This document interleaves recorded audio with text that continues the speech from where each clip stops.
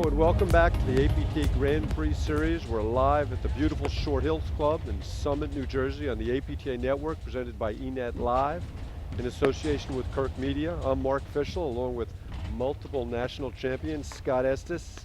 And it's time for a men's quarterfinal between Max LePivert and George Wilkinson against Mark Powers and John Hughes. Scott, welcome to the booth. I'm very happy to be here, Mark. Awesome. So Scott, this is a rematch from 2 weeks ago in Boston in what was a very strange match. Why don't you talk a little bit about that match and your thoughts about the strengths and weaknesses of the two teams? Sure.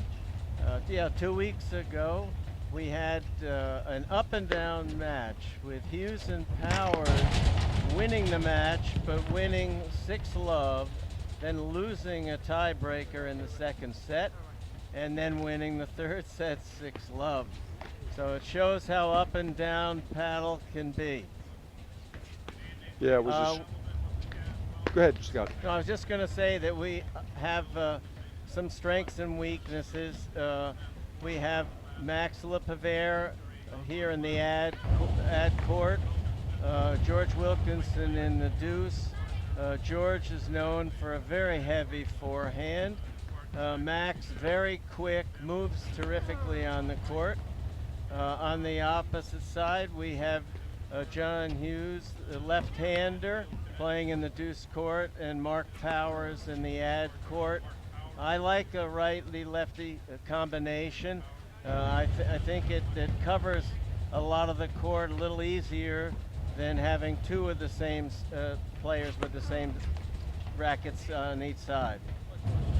You know, it's interesting, when Max and George chose to play together, they both made semifinals and nationals with different partners. And a lot of people had high hopes for them this year. And it's been an up and down season. And they've been very confident saying it's all part of the process. Well, it's getting very late in the season and a lot of people are starting to wonder. And I think this is a big match for them. They need to play a good, solid match. Up in Boston, they played a very bad first set, Max especially, and then showed a lot of grit and determination coming back from double match point at 6-5.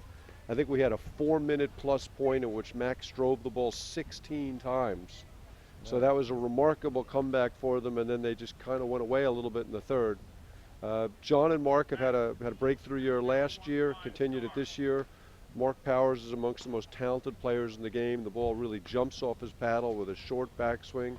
His overhead has improved enormously. And I look for a really terrific match. Yeah, I think they're both going to be looking for a win today, and I think they're going to be determined, so I think it's going to be a great match. Both George and Max are in the business. Max is the director of racket sports at the Aspetuck Valley Club. George Wilkinson's at the famed Nursing Island Club. Both John and Mark are not in the rackets business. Mark works for a hedge fund, and I think John's in the insurance business. We have a couple other good matches going on the far court. I think our viewers can see it in the background. Juan Araya and Jeff Morneau are playing against Sebastian Bredberg and Martin Bostrom. And the winner of these two matches will play against each other tomorrow morning at 9 o'clock. And then we still have our second women's semifinals going on. Amy Dardis and Cynthia Shea are playing against, Amy Shea and Cynthia Dardis are playing against Roxy Anika and Liz Cruz. Cruz Anika won the first set 6-2. And Araya Morneau broke in the first game to go up 1-love. And here's a little sneak peek of that match as we see Jeff Morneau taking off his hat. Juan Araya is serving.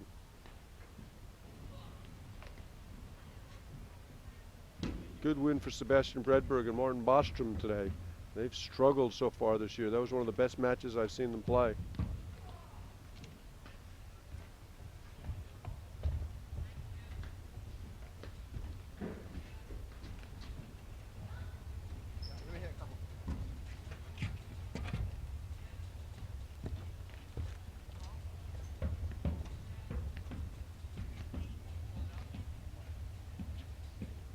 Okay, back to our match. George Wilkinson taking a couple of practice swings. Mark Bliss is the chair umpire. Mark is one of the most established and experienced APTA umpires. Max LePivert has finally returned to the court.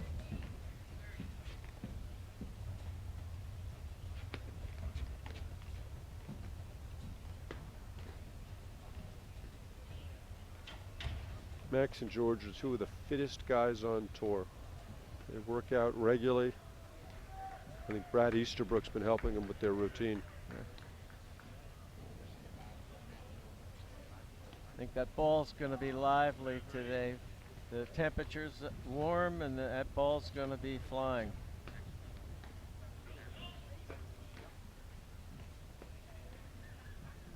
It is getting to be a little dusk at this point. The lights are on the court. I find when I play, there's a time period it gets a little different. When you're sunsetting and the lights are on, it becomes a little difficult. Okay, so George Wilkinson to serve, and John Hughes, the left-hander, will be in the deuce court to return.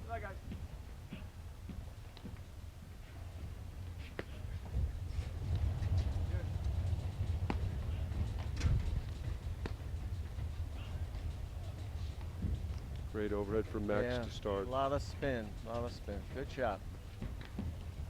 Okay? Yeah.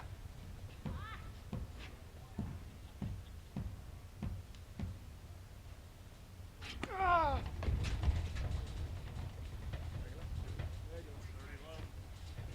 30 love. Yeah. Yeah.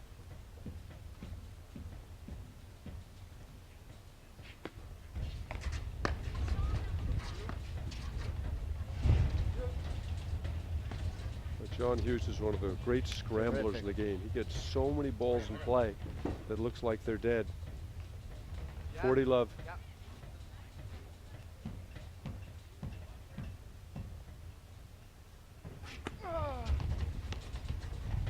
Yes.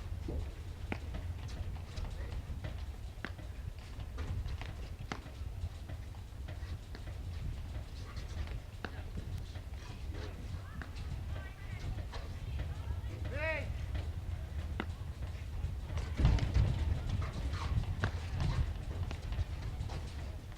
Great exchange at the net.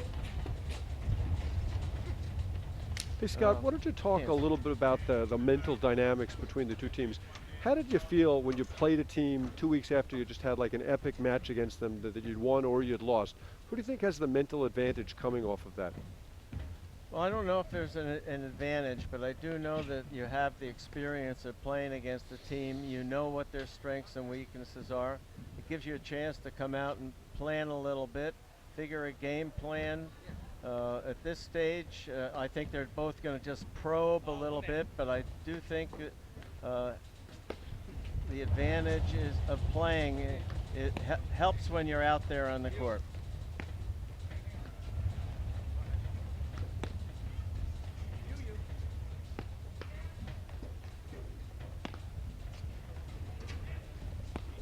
Watch it. There's a great blitz from Max off a big Wilkinson forehand.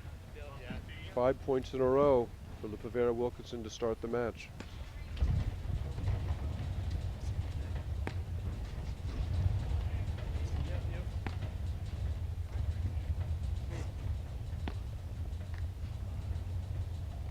Just missed long with that. You can see that both teams are trying to make low contact points on their overheads, trying to keep the ball down on the court.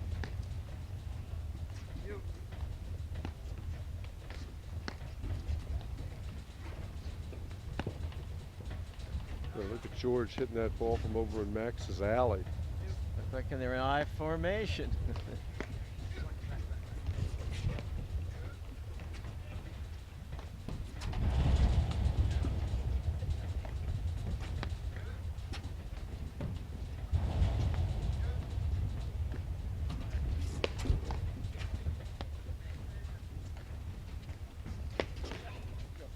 Oh, huge forehand big. from Mark Bowers. Watch your feet.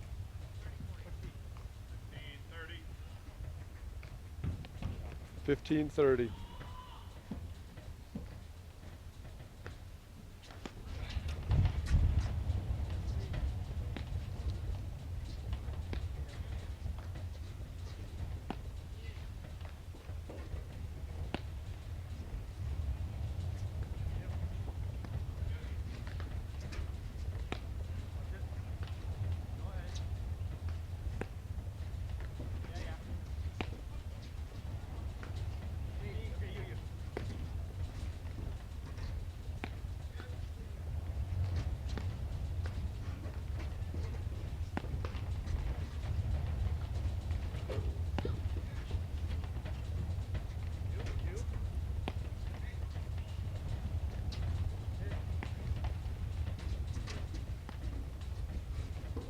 Hughes and Powers doing a good job of hitting their overheads so that Max can fill that one. Boy, I really like what I see from Max LePivert early. He looks very sharp, hitting the ball very cleanly.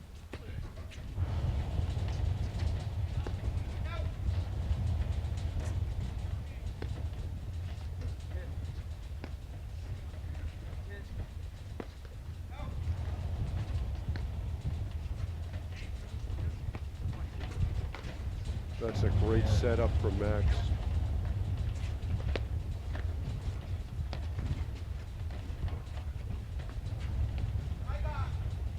John Hughes really crawls up that side wire, looking to hit that forehand as much as possible.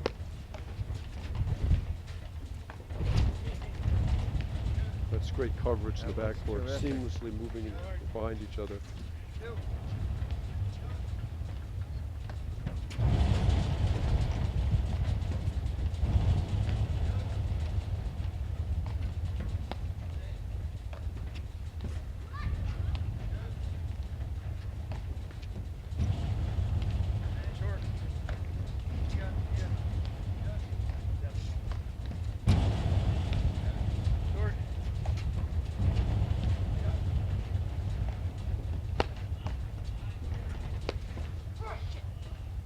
Positive energy from Max and George. They're off to a really good start, Scott. They look great. Yep, that was a very long point. Certainly must have been at least 50 shots. Although one thing we know about Hughes and Powers, they're beat when they shake hands and not before. They've had some great comeback wins, including this year at Patterson, where they're down 4-love in the third in the quarterfinals. 2-love, LePivert and Wilkinson.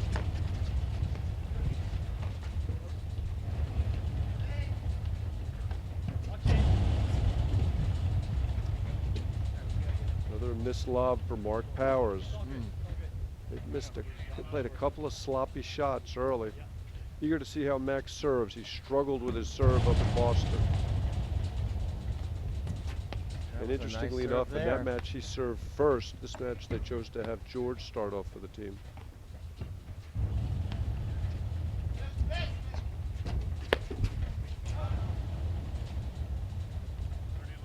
Mark Powers is missing a lot of balls early. Yep.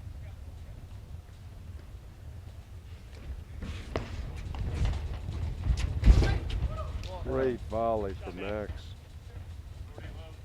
Awesome.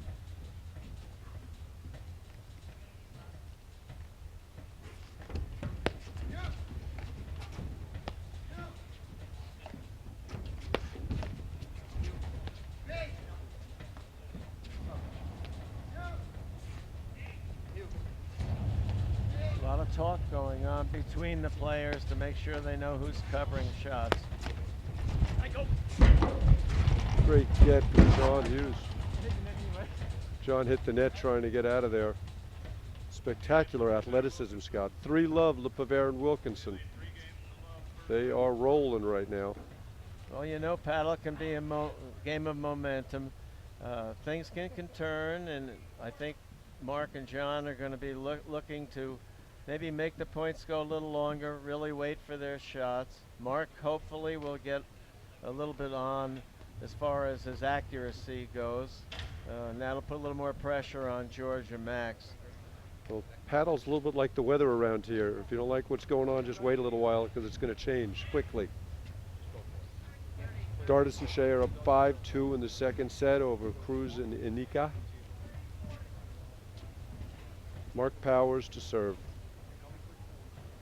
And this is what you really like to see. They're off to a slow start. They talk during the changeover. They're talking now.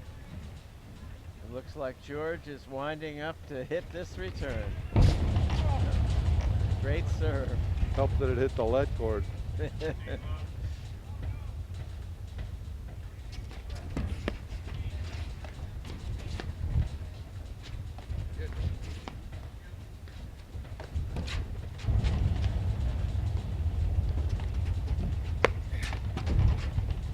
Another good solid forehand from Max. Well, right now I would say that Max and George being at the back court or really on the offensive. We have Mark and John just trying to be a defensive position while they're at the net. Why don't you elaborate on that a little bit, Scott? Well, normally you will find most teams at the net trying to win points, hitting various spins, hitting rollers, firing toward the nick, doing drop shots, whatever you can do. But when you have a very good offensive team at the back, your overheads have to be placed very cautiously. And it looks like that's what's happening with John and Mark right now. I don't see any offense at all on their overheads. Got a report from the Araya Morneau Bostrom Bredberg match. Opened the match with 5 consecutive breaks. One Araya serving 3-2 first set.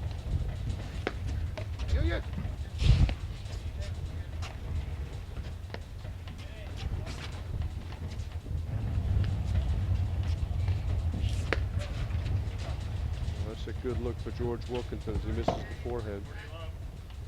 I like the overhead though. It was low, it was going toward the corner.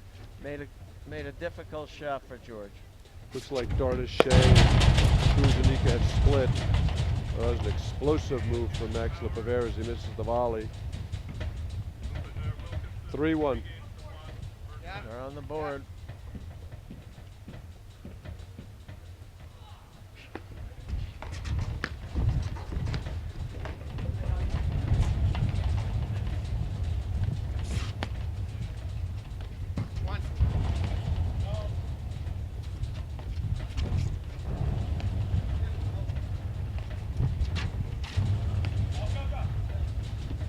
I like those deep lobs.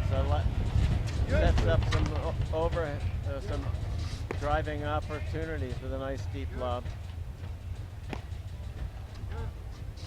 I like to see them move their opponent's feet back to the service line or behind to make a good lob.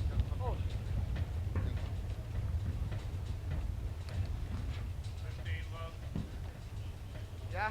No. Yeah.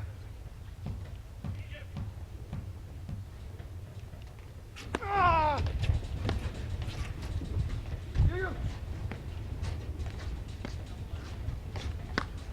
Get in there. Good George hit. gets caught off the net.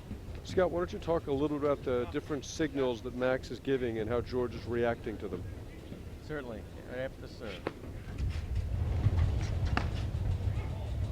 I find it very important for any team to know where the server is going to serve and what the net person is going to do. Yeah.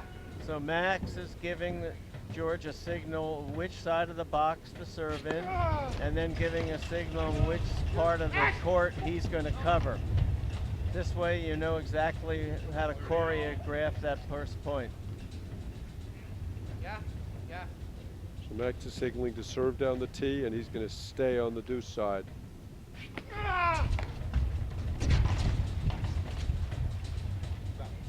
Oh, Max won't be happy with that miss. No. Break point, 30-40. Yeah. Yeah.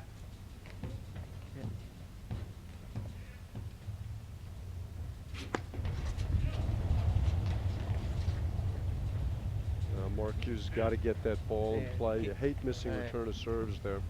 Yeah. Yeah. So important. Those are the points that determine who win and who lose paddle matches.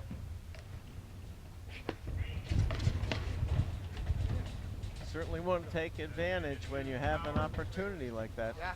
Yeah. Break change point the number leader. 2. Okay.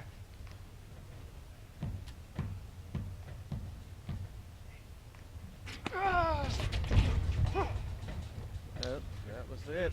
Good swing there, catches the top of the tape. When you give those signals, the server always has the right to say no and change what he wants to do.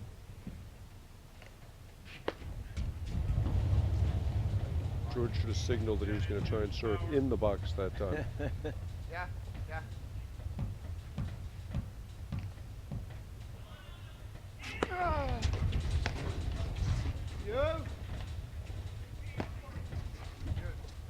And that's really a new addition to the game. And the way the game used to be played, everybody stayed at home. There was very little poaching at the net as there is in tennis. And that's all changed. I think that's due to the fact that there's so much more power in the game now that it's actually a 50-50 proposition when you're serving to whether you hold your serve. In the old times, you had to serve and hold it. Now it's a game of trying to cover spots on the court, and if the ball's not hit where you're covering, you let it go and play it off the screen. A little bit of a sloppy game from George and Max lets John and Mark get back into the set. Good. Show me your mark. Missed volleys you would not normally expect from Max. Yeah. Right. John Hughes to serve.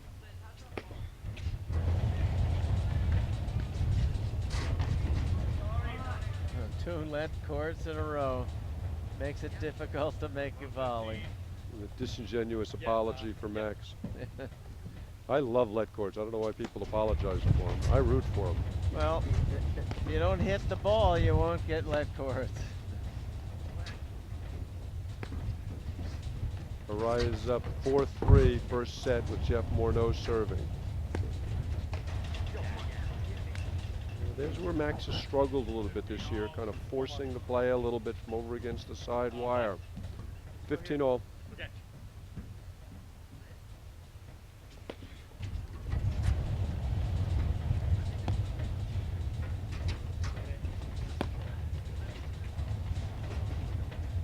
That's a good overhead. I think Jerry Vian calls that the dentist shot when you swing at that one, because you may end up going to the dentist after you try and hit the shot, because the paddle may knock out your tooth. 35. That was pretty close. Yeah.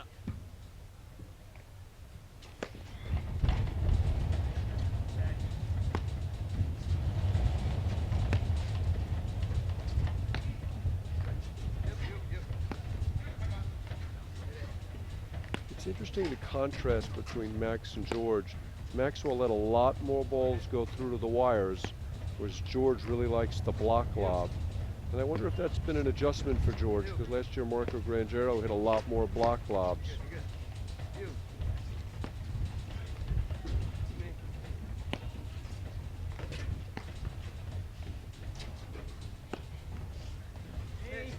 Mark, I think, is how comfortable you feel letting the ball go into the screen. Great blitz from Max there.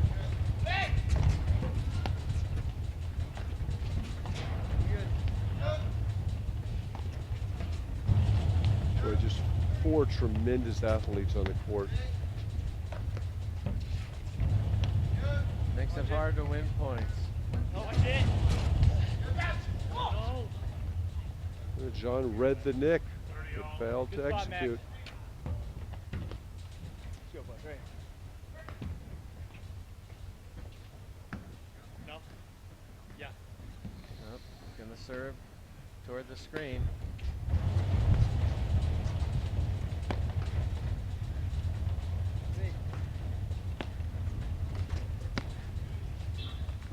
Get it. You.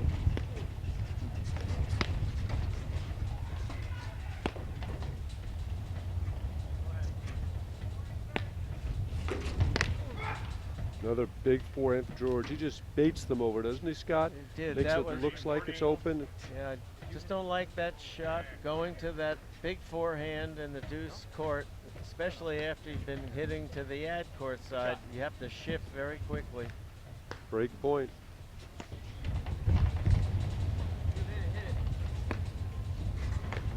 Max misses that one.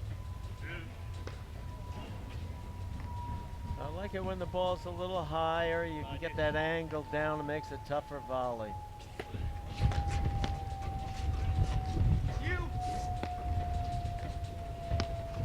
A great example of George stealing time, taking the ball early, not giving him a chance to reset at the net.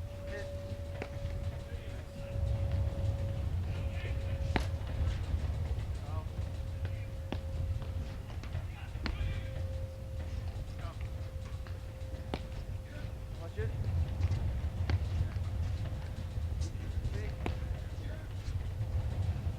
Hit.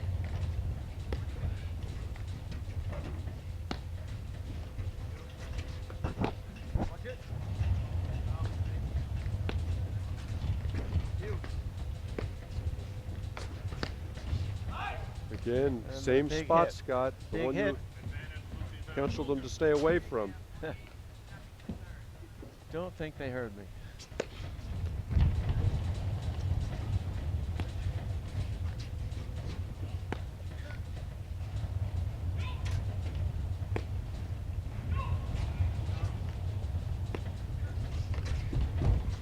That's a great ball from Max, Wow. and they break back. Beautiful shot. And that's an actual winner. Most of the time you want to sort of hit a probing shot and give your opponents a chance to make an error. That's a little difference between tennis and paddle.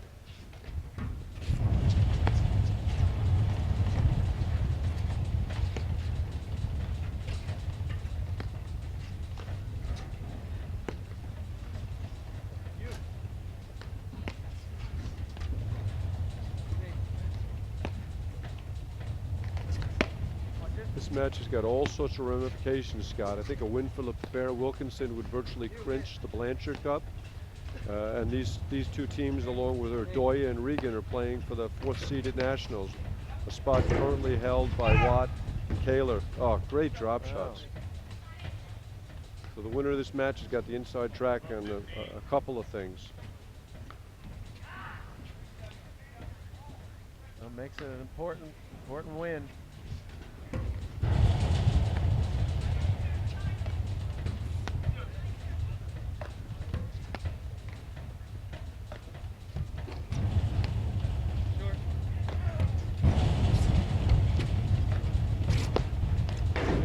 Short. That's a great ball from Mark Terrific. Powers. Terrific. Love 30.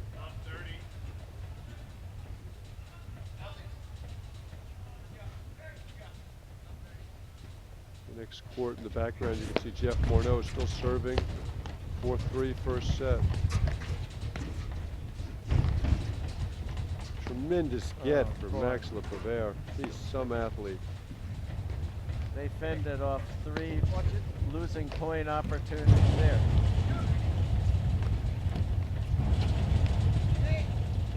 It was interesting the way Max stayed in George's corner and Mark Powers still went over there.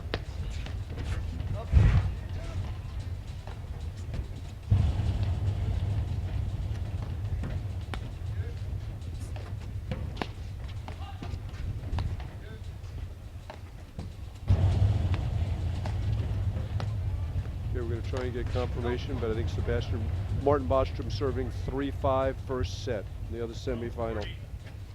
Love 40 as it looks like we're headed for our 3rd consecutive break.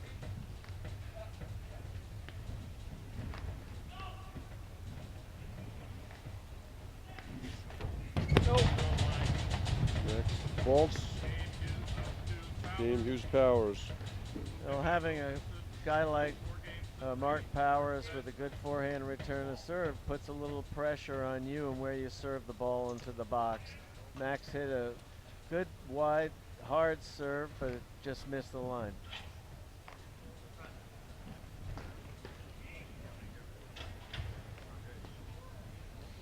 Is serve an advantage or a disadvantage on a day like today, Scott?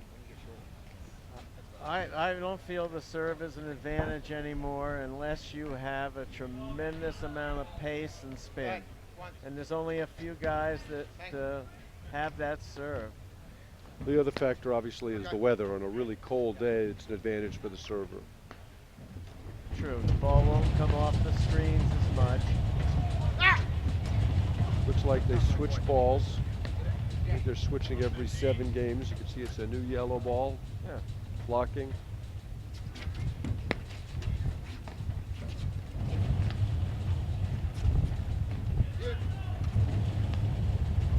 That fakes the blitz.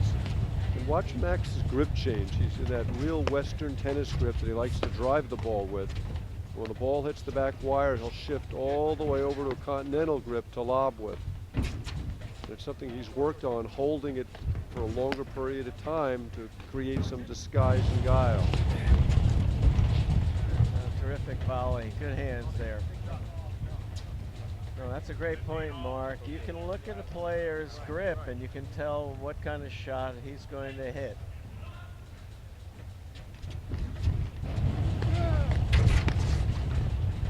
Max misses the blitz. Good position there and just failed to execute again. Definitely a good strategy to keep that ball down and blitz. That'll steal some points that way.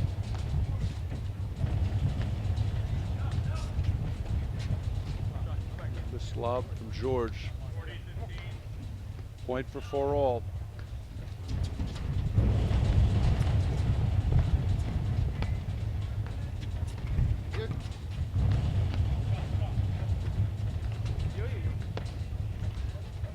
You.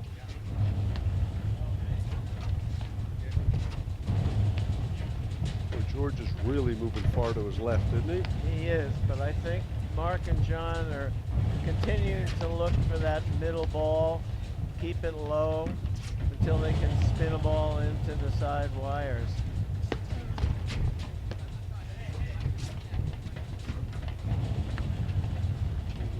Strategy on the street has clearly been to play Max as much as possible in the backcourt and avoid that big Wilkinson forehand. You see those balls coming down the middle.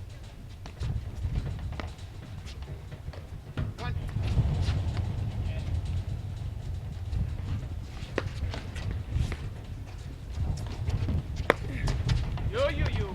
Great action. I got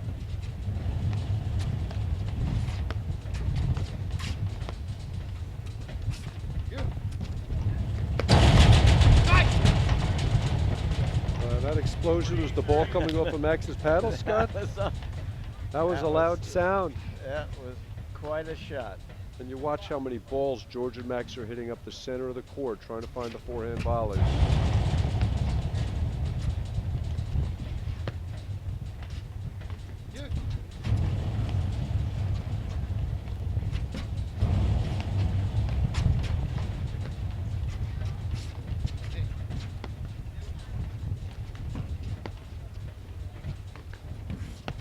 George getting closer and closer to that middle hash mark at the back court, looking to hit a forehand.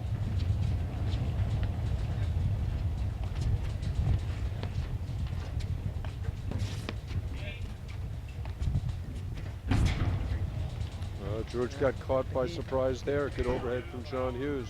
He did, but Max lobbed it down the line, and I think George has to honor the fact that the ball can come back toward his corner that way. 4-all. Yeah.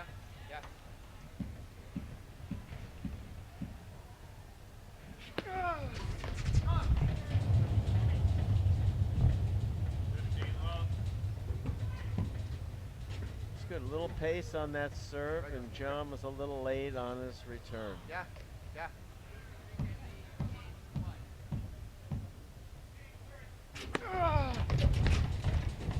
That's a great volley.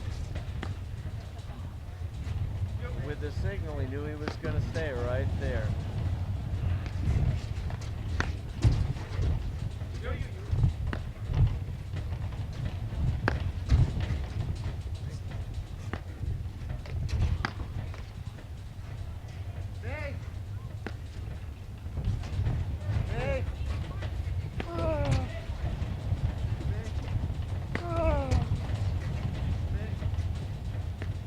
Liz Cruz and Roxy Anika up 2-1, third final set. Oh, there's a vicious nick from George and a fist pump. And I think Wanarai is serving for the first set at 5-4, 15-40. We're going to get confirmation on that. Yeah. Serving down the tee, and Max is moving to his left. Unfortunately, serve didn't go in. Try again. Yeah. No. Yeah.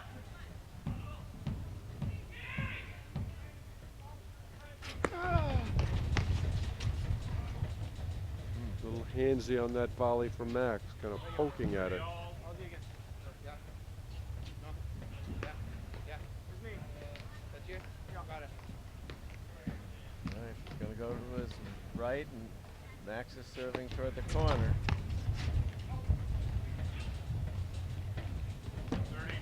Last couple of Wilkinson service games, LePivert's missed a bunch of volleys. Yeah. Break point.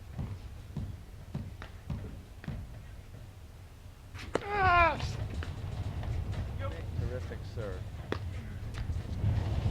Yep, good. Good. Yep.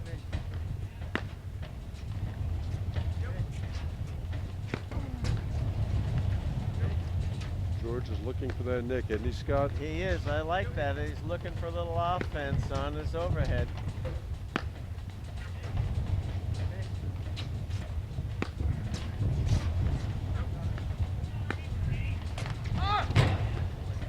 George almost hit that ball. Yeah. Hit the snowboard in the fly. Mark Powers has made a bunch of errors on big points so far tonight.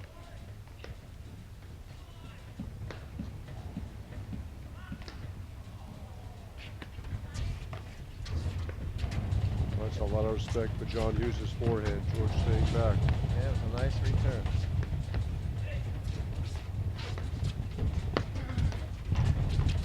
What a volley.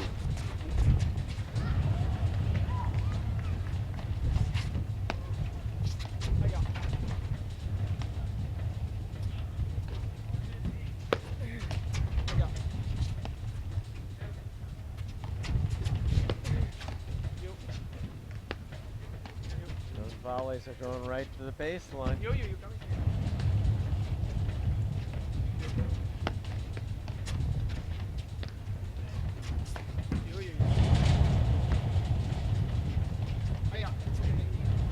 The bigger the point, the more patient you tend to see the guys play. Oh, too bad. Tendency is you want to win those really long points. They seem to count extra, don't they? They do. You're going here. Okay, so point for 5-4. Ah! Oh my God, how you George must have lost that ball in the lights because that ball just sat up perfectly for him. Tough It miss. came It was right a good over it. position there. Yeah, actually. How do you go here? Yeah, yeah.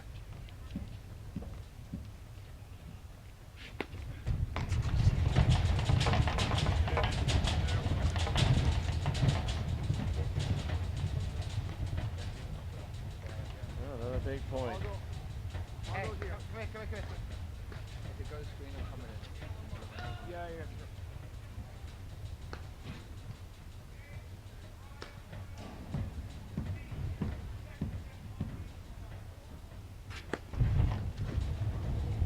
Go! Go! Go! Hey! Wow, some Okay. sloppy play from Hughes and Powers there.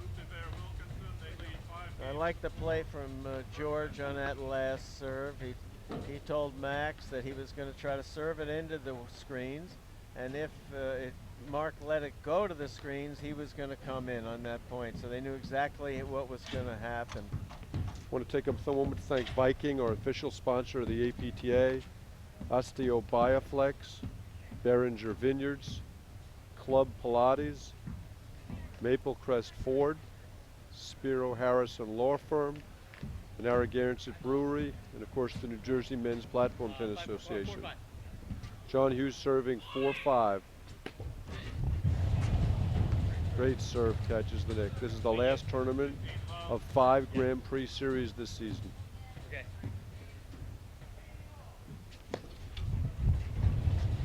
You hit. You good. Watch it hit. Another great blitz for Yeah, Max nice. using his speed.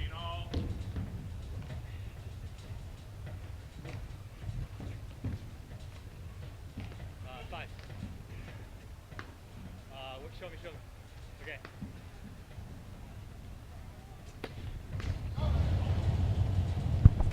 On Fultz, 15-30, 2 points from the set. Max and George are full of positive energy right now. Yeah, big point.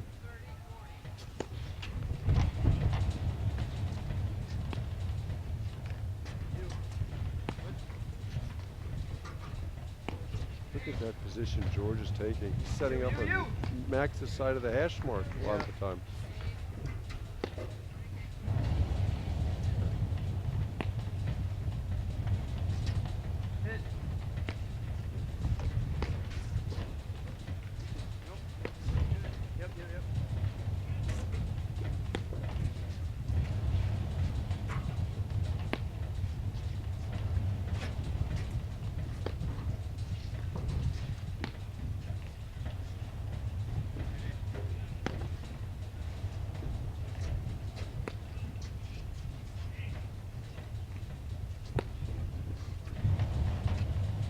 again, as the points get more important, they get longer. They did. I thought George could have hit that last ball. That was definitely one of those 50-50 balls we talk about. You.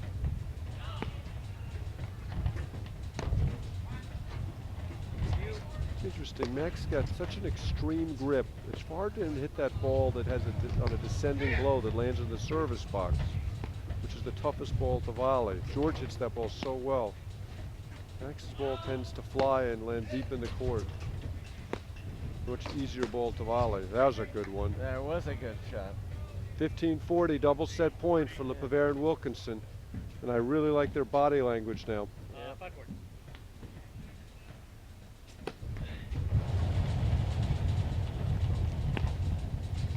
You hit.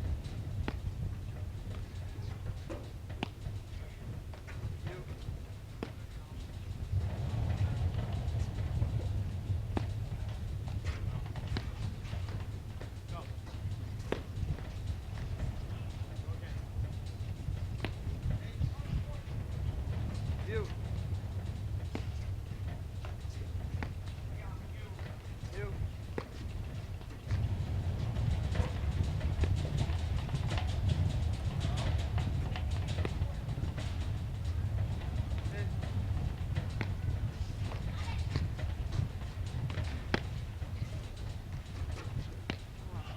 Go, go.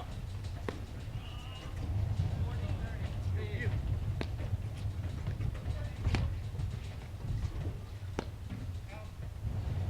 George and Max being very patient. They have 2 points to play with here for the set.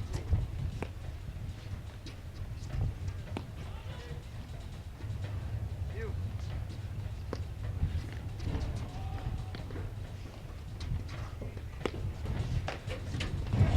Looks like Araya won the first set and is up 2-love in the second.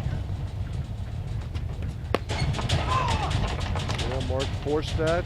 Damon first set. LePivert Wilkinson 6-4. Okay, we'll be right back in a moment after these messages right here on the APTA Network presented by eNet Live.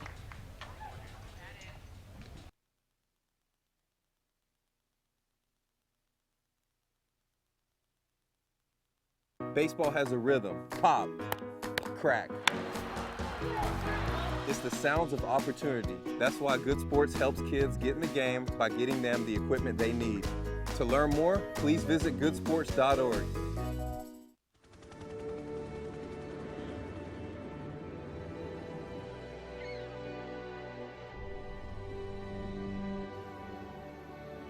The challenge of my life is to find out how far I can take it. The only thing that you can think of is that moment right there.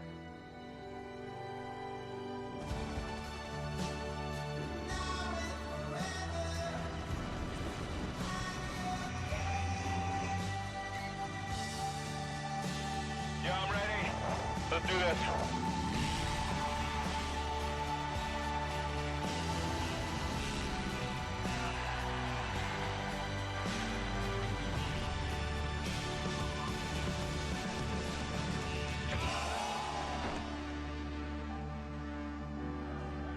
If you believe in it, then anything is possible.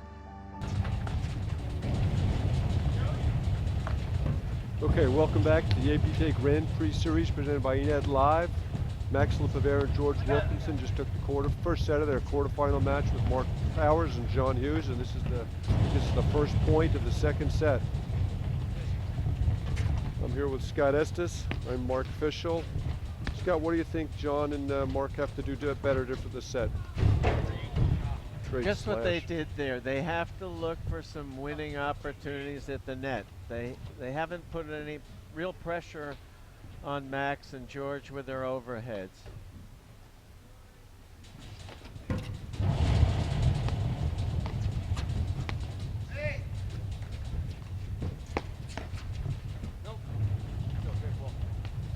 Another missed volley for Max. Yeah, there's been a few. It looks like he's just squeezing that paddle a little too tightly at the net. Usually one of the best volleyers in the game.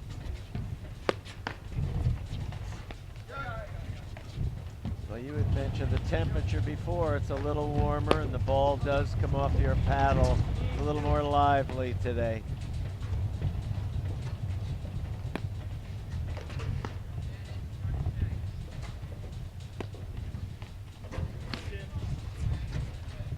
Max loves that little chip and blitz move.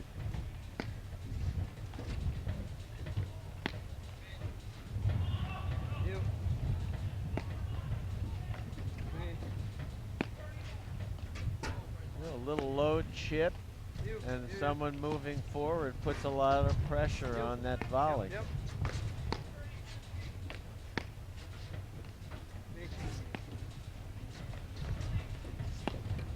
Watch it. Great volley from Mark Powers from pretty far off the net, too. It's exactly the type of start you want if you lose the first set. You don't want to give many quick points, though. Mark's missed a few more returns than you would have expected.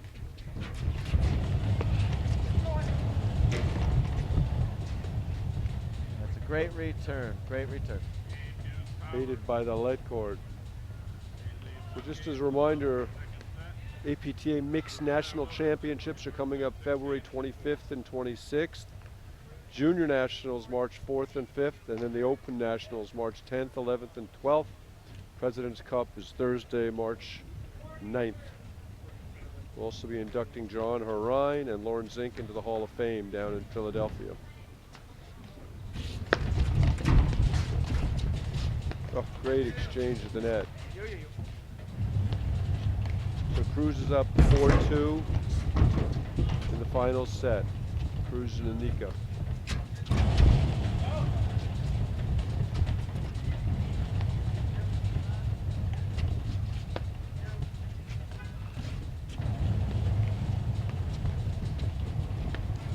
I like what they're doing with their overheads right now. They're doing a little bit more. Mark Powers got a great array of overheads. Really puts a lot of pressure on you.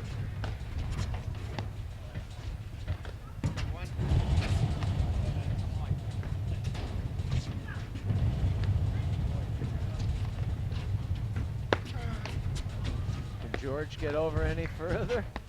Look at that volley from Mark on the service line. He's got a great pair of hands, doesn't he, Scott? That's great. You want to give him a chance to make an error, though, so I like the fact that Max and George will hit at them.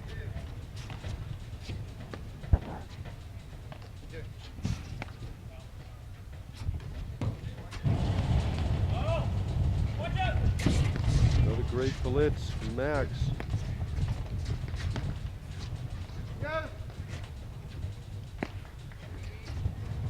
Well, he could see he had the lob over his head. It's a good position to come in. Interesting, Max and George switching at the net. George hit more of the overheads. George looks in bewilderment as he could have missed that volley. Impossible. Yeah, George is bewildered often though, so it's not that unusual.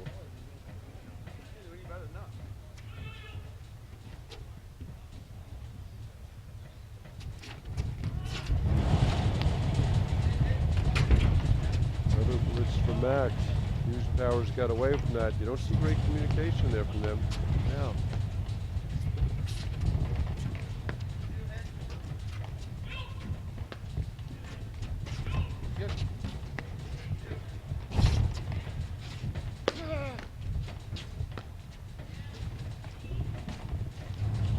Find George playing that deuce court from fairly far behind the baseline.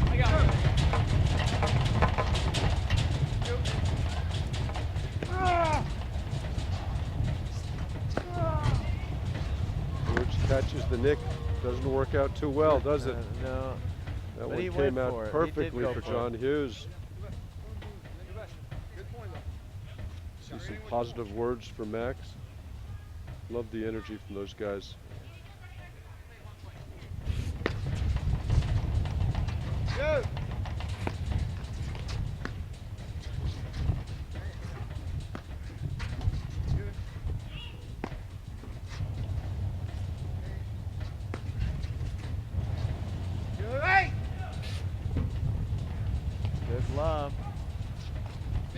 So the body language from John Hughes as he jumped to try and keep the ball from going long. Not sure that had an impact. So body language helps. Max with the blitz.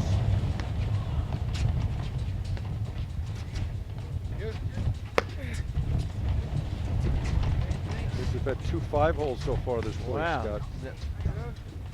No attempt to make a volley, just let it get through you and go back and take it off the screen.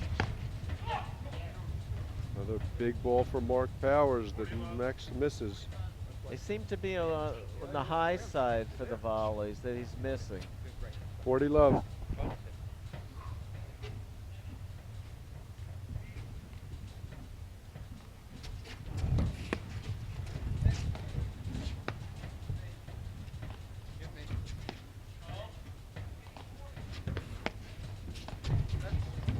Whoa, where did that come from?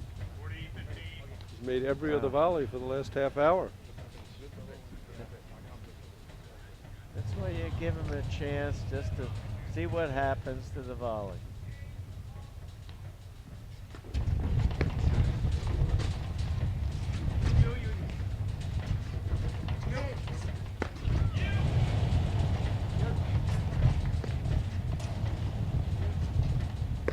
George and Max just love to fire at that Nick. Looks like Max might have lost that ball in the lights. 2 love, Hughes Powers. Breaking news, we've had a change in momentum. Oh, okay, we have. I like the fact that Mark served. He let a few balls get through on the return that he could have volleyed, but he just chose to make a safer play.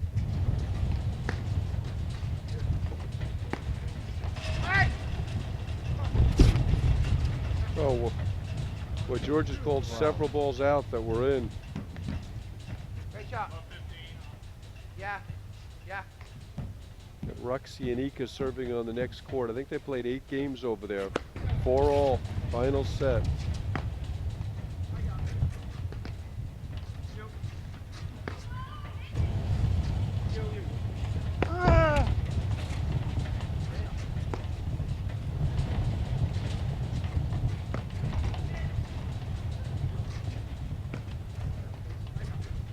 It's interesting, Hughes Powers have just kind of eliminated the errors from their game right now.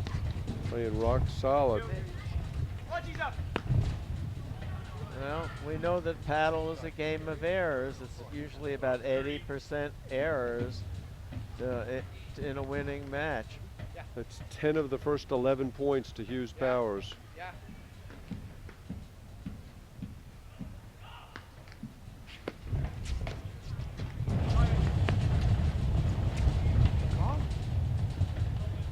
George misses it, a call confirmed by chair umpire Mark Bliss. And it's 30-40. Please don't tell me we're gonna have another love set, Scott. I've seen enough love sets between these teams. I don't think so. I call this a mid-match lapse. You've won the first set. You let down just a little bit. The other team gets a little tighter and the play changes and you've got to shift it back to yourself. Yeah. It's only the second point they've won this set.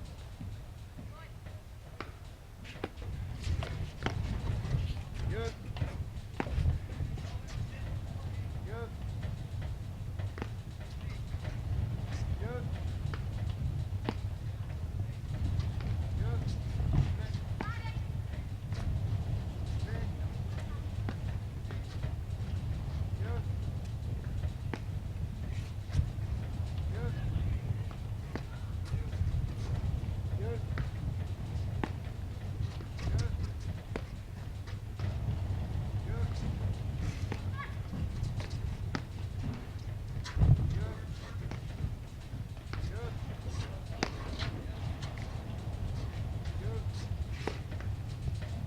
Communication there.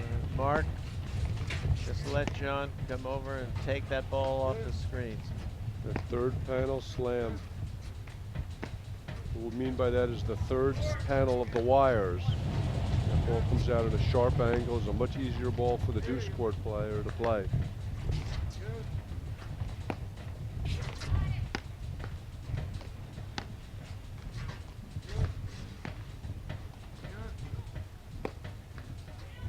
Mark and John seem to be playing more confidently. They're hitting a few more probing drives, not trying to hit absolute winners.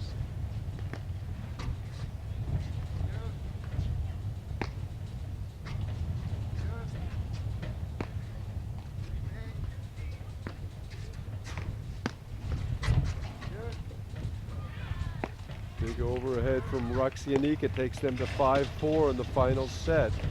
Cynthia Dardis will serve to stay in the match. That ball was going way out. George couldn't get out of the way. And we have another break. 3-love Hughes Powers. What do you think they have to do, Scott, to stop the train? Because it's rolling down the tracks pretty fast right now. I think they have to do what Mark and John are doing. I think they have to look to hit a few more probing shots, set up an error, and not try to go for the big ball. Points might have to take a little longer right now for them.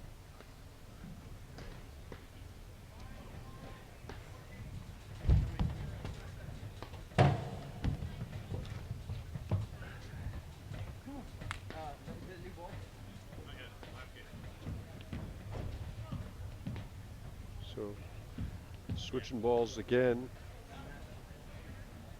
Not on 7 games there, but on 6. 3 here.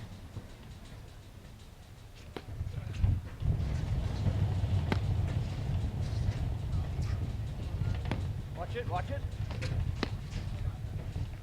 Well, there have been 2 probing shots already, which I like. One from first one from George, the second one from Max.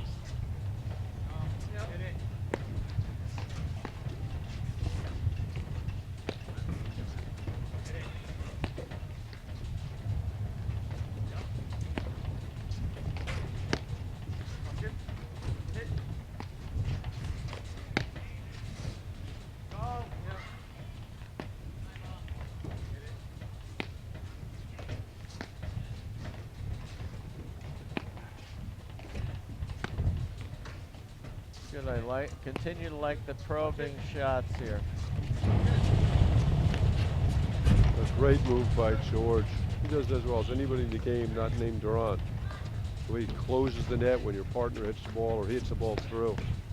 And that was a questionable decision by George. Would have preferred to see him get out of there.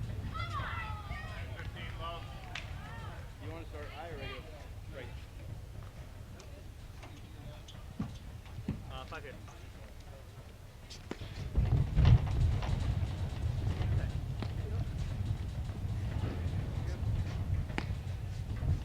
Hit it. You hit, you good. You. You.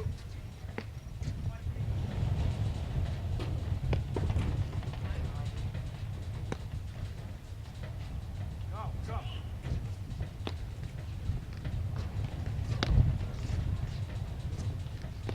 Watch it. See. You. You.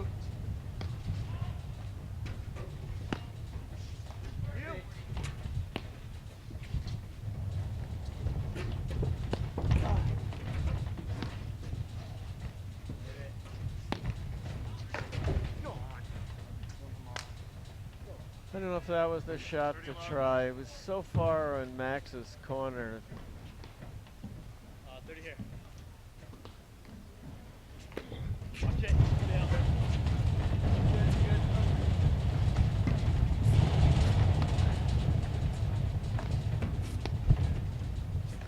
Good. You. Down. You.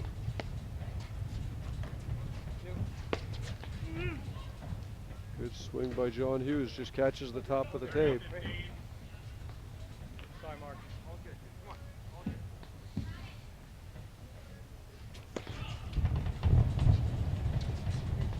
Stay.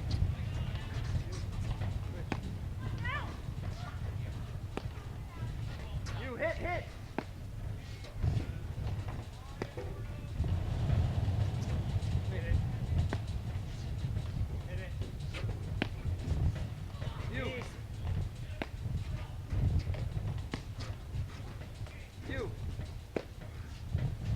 That last ball, Max drove. That's the ball that I think he's got to get on a more descending blow. It's coming in very level. Watch George's ball, and it's diving as it goes across the net. And those are the toughest balls to volley. Right here, bud. I agree. You have to make sure you dip that ball below the top of the net.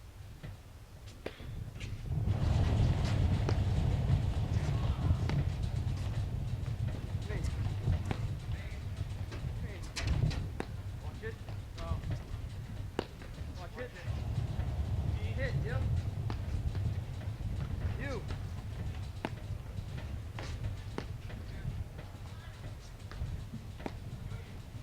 Me. You. He's just a little too far back. I'd like to see him in a little closer to hit his forehand. Take that out, please. I think Dartis Shea might have just saved a couple of match points out there. Edit.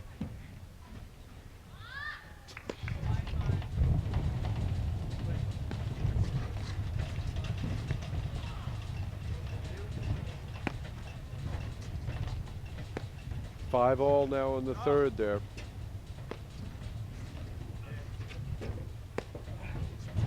Well, you just got to respect how Dartis and Shea compete. They just fight and fight and fight. You, help. Juan's Araya's serving for the match at 5-3 in the second. He and Jeff Morneau are playing Martin Bostrom and Sebastian Dredberg. Me. Watch it. Oh, what a pickup. Wow.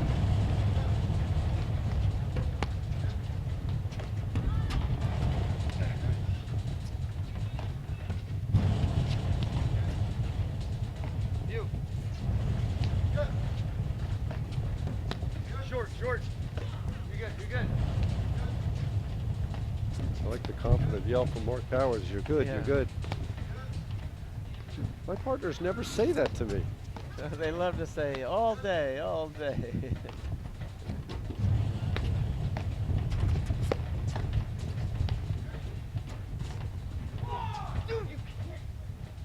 Mark Powers hits such a heavy ball. You can see it in the way the guys volley it. They're never really comfortable. Even that one George made, he didn't look comfortable on it. Almost poked it long. Back to deuce. Okay.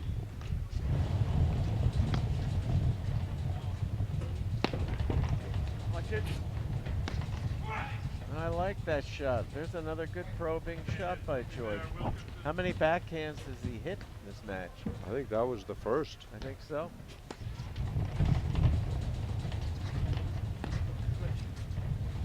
You. Me. You. Me.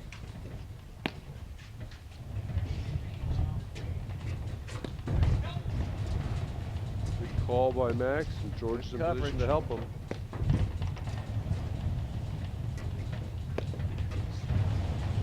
You. You. No, no, no. I think George faked himself out there. Wanted to feign that he was going to hit a forehand and lob it and missed it.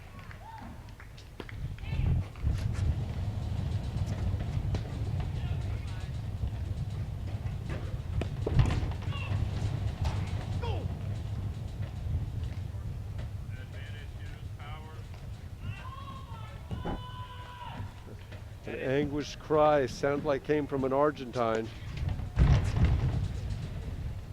Well, a couple errors for Max, and it's errors. 4-love. You promised me there wasn't going to be a love set, Scott. Nope, they're not helping my thought here. Yeah, no, please, of course.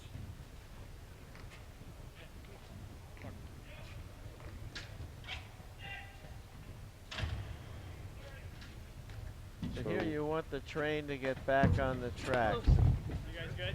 Yeah. Liz Cruz held for 5-6. Amy Shea serving. Yeah, these games are really important for the third set. Even if they don't get back in this set, to kind of stabilize things. He was getting dominated right now.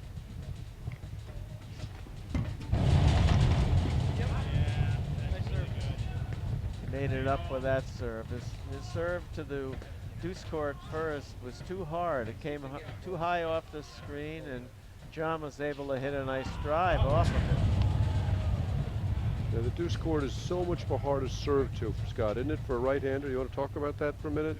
Yeah, it was especially with a left-hander.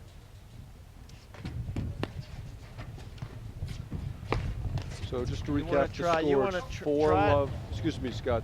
Just to recap the score, it's 4 love, Hughes and Powers, 30 all. It's a serving to the left-hander. It's tough to get into his backhand. So you serve it a little harder down the tee to hope you miss his forehand, but then it comes off the wire too far, and he can drive it off the wire. Whereas on the backhand side, a right-hander can hit that hard serve, and once you get into a side wire, he's pretty safe for the most part. Right, you can jam that returner with a good serve going into the side wire. Yep, yep.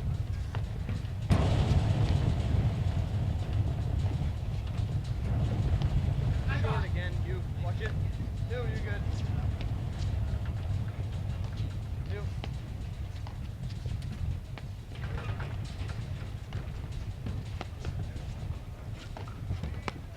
Come on. Right. Yep. You. Looks like the Araya Morneau match is over, which means that Juan and Jeff are through to the semifinals. They're having a spectacular season.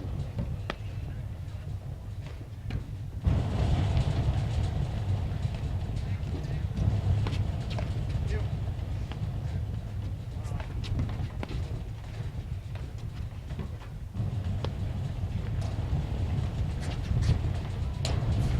Great action. Oh, nice hit.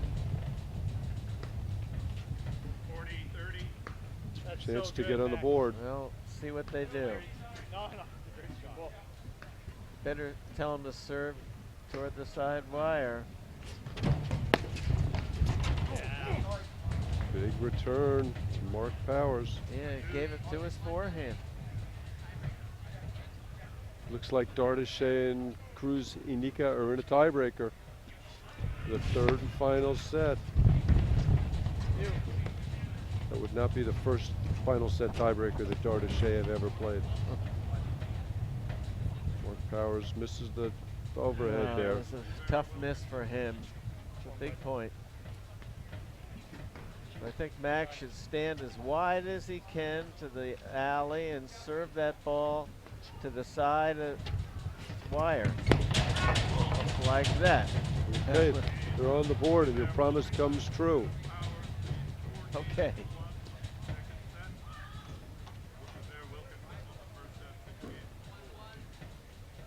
I think it's a 1-all in the tiebreaker between Dardishe and Cruz Inica over there.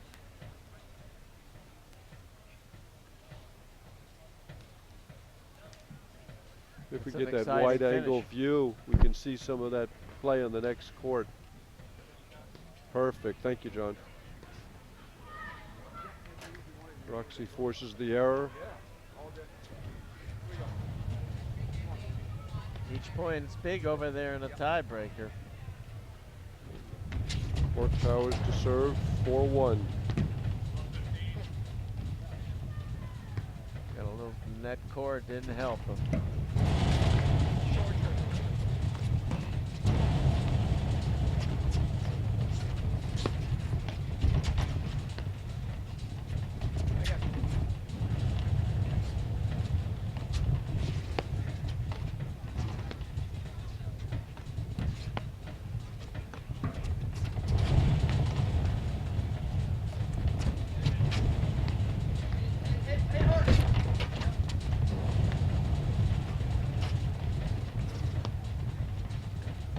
Got to give a big thank you today to Sean Easterbrook, who's been helping everybody in the booth. Absolutely instrumental towards our broadcast.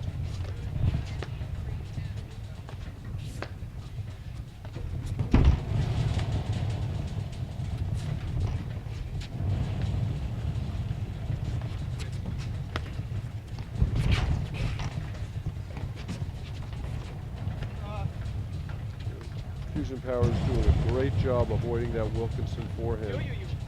A lot of balls in the middle. If George gets too far over, they'll pop one over to his side wire. Another lengthy point.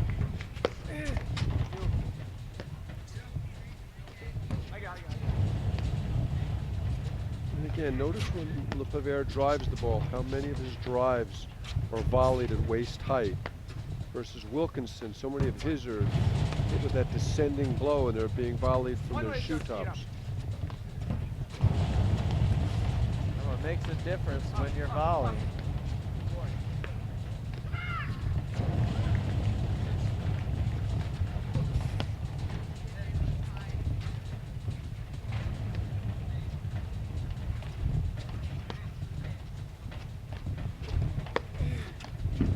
There's a better ball. There's a little dipper.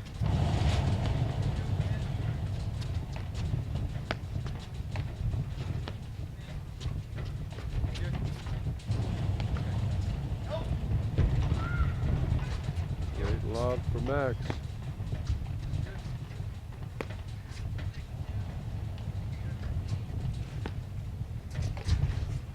Cruz and Nika have a bundle of match points at 6-2 in the third set tiebreak. And it seems to me this match has turned a little bit, Scott. LePivert and Wilkinson playing better. Chance to get one of the two breaks back here at love 30. I agree. A little bit of that mid-match lapse shaken off. That's a great dig from George off a lead court serve.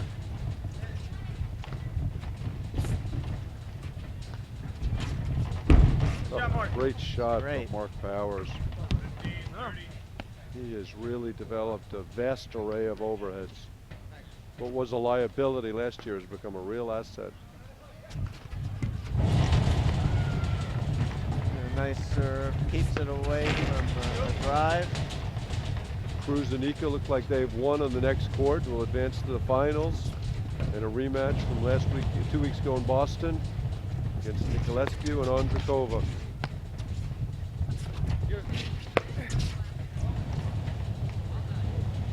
It's that high ball that Max just doesn't quite bring down. Yeah, a little too loopy. 30 all.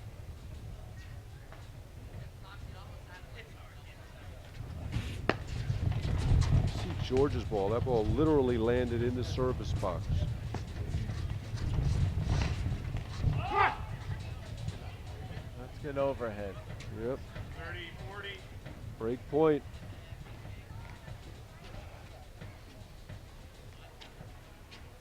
I think Mark should serve wide here to Max.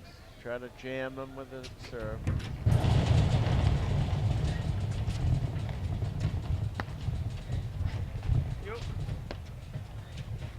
You see Mark Powers really employing that Jim Kaufman overhead, just soft and deep in the court. Even in the modern game, there's a spot for that shot. Yeah, nice low contact point.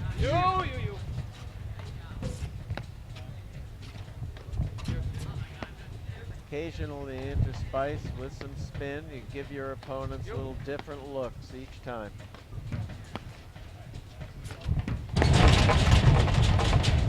Great move from Max.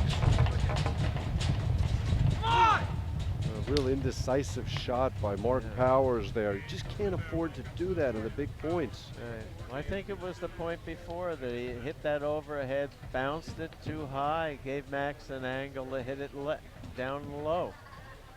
So 2-4, second set. George Wilkinson to serve. George does not like the signal Max gave him. See Wants which a new way he one. wants Max to cover. Stay right there.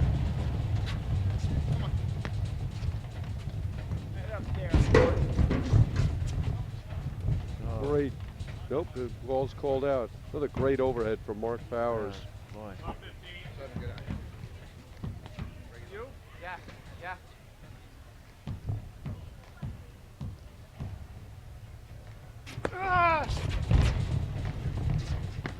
In the background, you can see Scott Palatek and Scott Taylor warming up.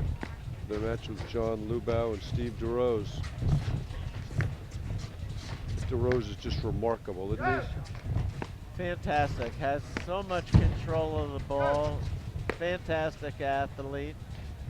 And I think he's Terrific player. 54. I don't think he's that old. Great mystery, Steve's age. I'm going to take a shot and say 47.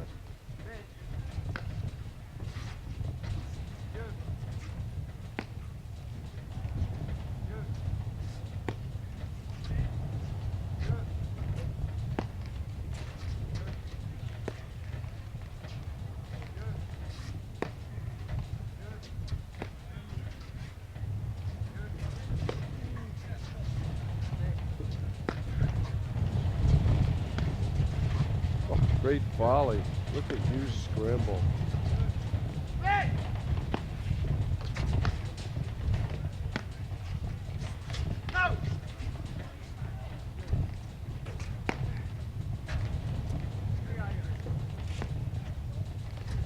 Great point. It's a great ball that Mark hit. Max had to make a volley down the shoe tops.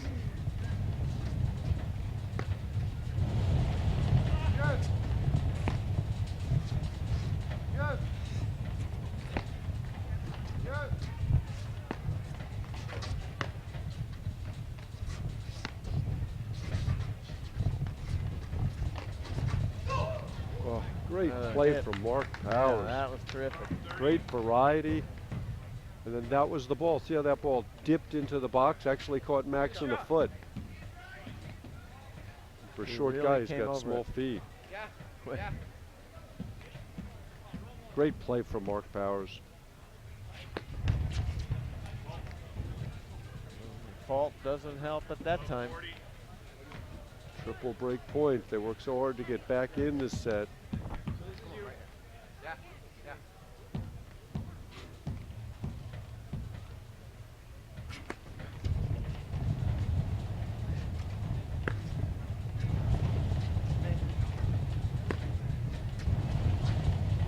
Watch it, he's up. Come back. Great Good lob. lob.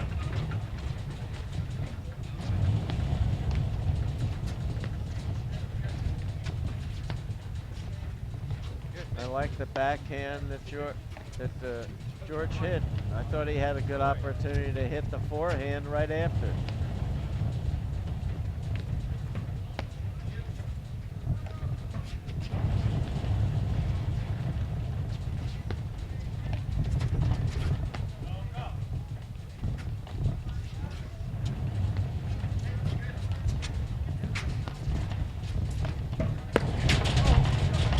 Yeah, that's the ball where Max is just a little late moving to his left. Yeah. Can't afford to swing at that ball. We'll take a moment to thank our 5-2. sponsors again, Scott. Viking, the official sponsor of the APTA, just does a wonderful job. Osteo Biflex, Behringer Vineyard, Club Pilates, Maple Crest Ford, Spiro Harrison Law Firm, Narragansett Brewery, and the New Jersey Men's Platform Tennis Association.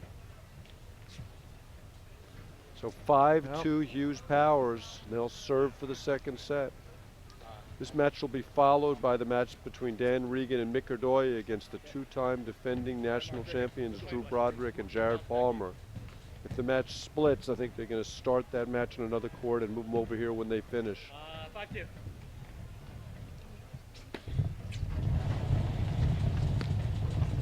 Next, George catches the lead cord, Good shot. Still a good shot. Was coming down.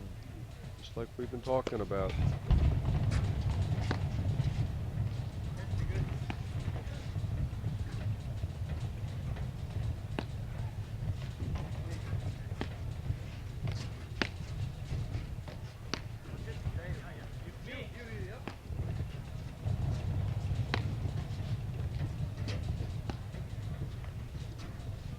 Watch it.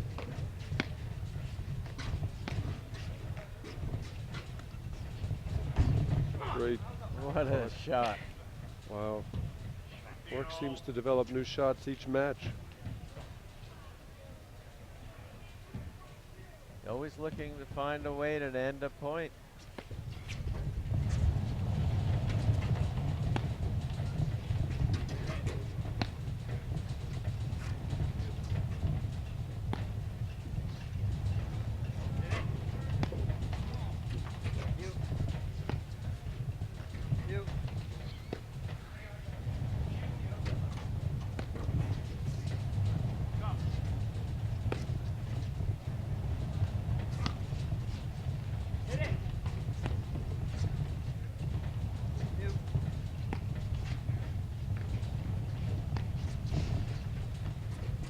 see Max turn his grip over before he hit that shot. You could actually tell he wasn't going to lob.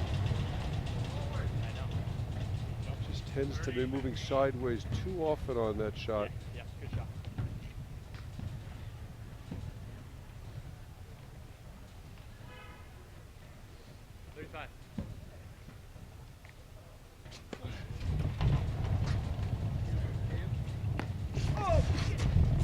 Oh, what a volley from Mark Powers. Oh, John. I'm sorry, dude. John was feeling so badly that he didn't warn Mark he forgot to hit the next shot. Wow.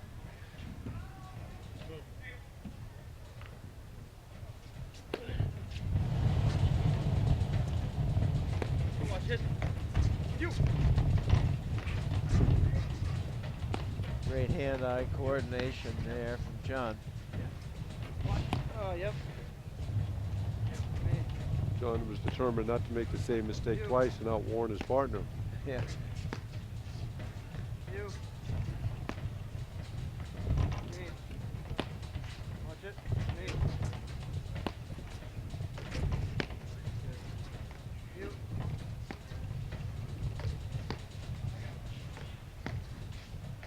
You're good.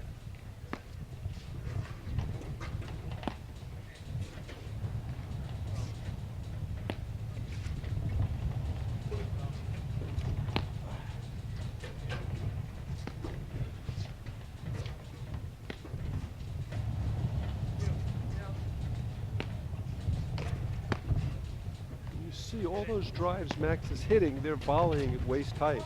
Yeah. Not making it difficult enough for them. Okay, set point, Hughes and Powers.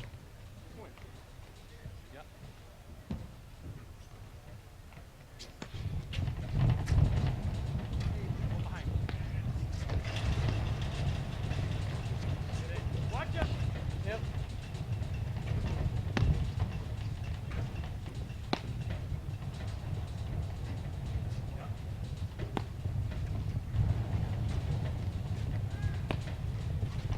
You. Help. Hughes and Powers just doing a terrific job staying away from that Wilkinson forehand. They have. They certainly haven't given many opportunities to hit.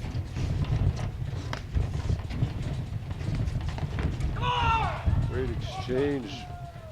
Great move by Max there. Back to deuce. Shot.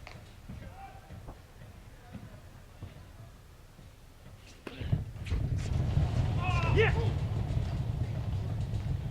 John George Hughes looks catches bothered by the lights again. and catches the nick there. Set point number 2. Head in.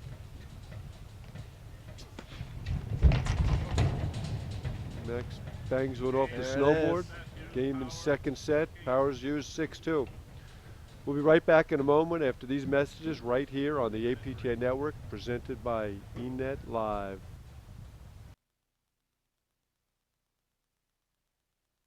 Wealth has a new definition. Today, it's being created by all kinds of business owners, entrepreneurs, and men and women in every profession. At Boston Private, we know them personally because they're our clients. And we have the wealth management and private banking expertise to create a custom approach for your financial life. We're redefining wealth management because you're redefining wealth.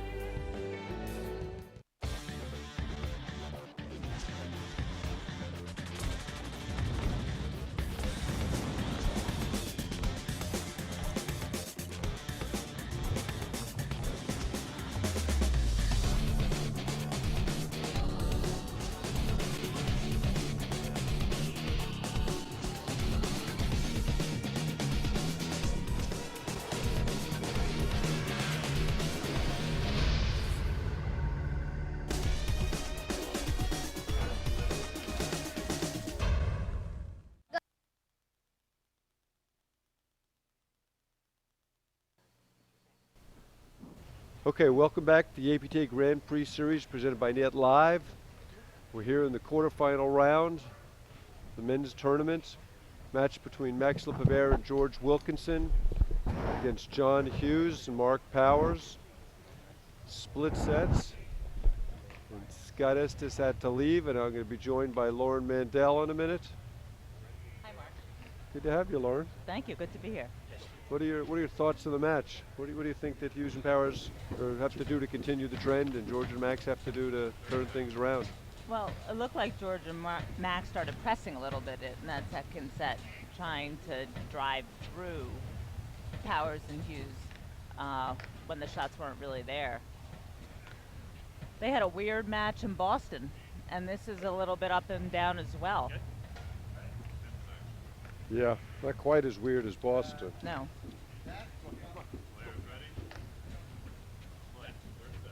Okay, so Max LePivert to serve.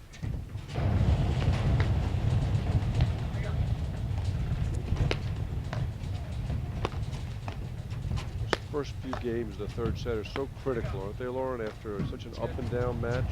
Yeah, and Max and George got behind so quickly in that second set, and they were playing from behind the whole set, so I think they're going to really be focused in trying to get off to a good start here. Great slash from Max there. Good shot, Max. See Jared Palmer in the background, running out to play. I think they're going to start that match on the next court. Dan Regan also going out there.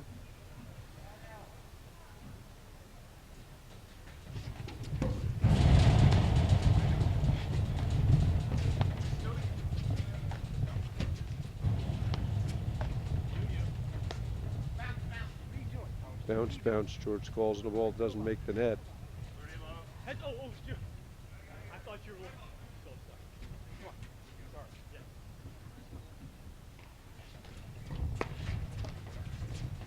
Yeah. Great volley. Shoestring volley. And there's that ball that we were talking about that's so effective, that ball with the descending trajectory as it crosses over the net.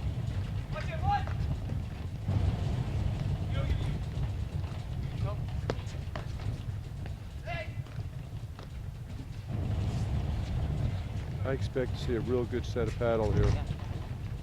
A little confusion from George and Max there as to who's going where.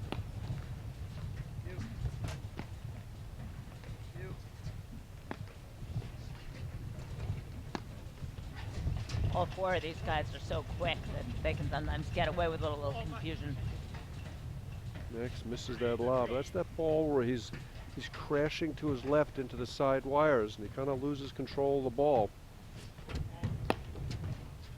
Football called. Is that the first one? First one that I know of, yep. 30 all.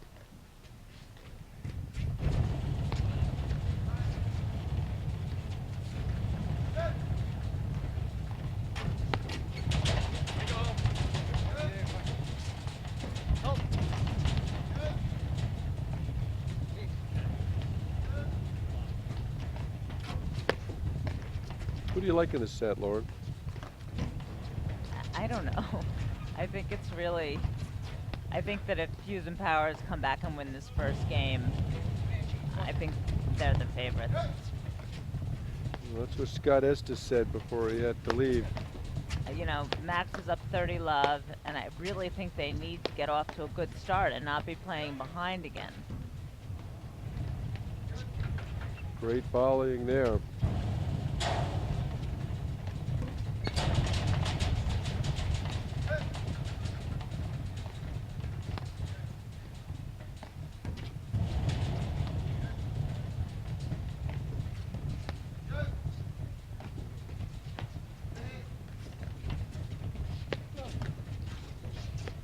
Watch it.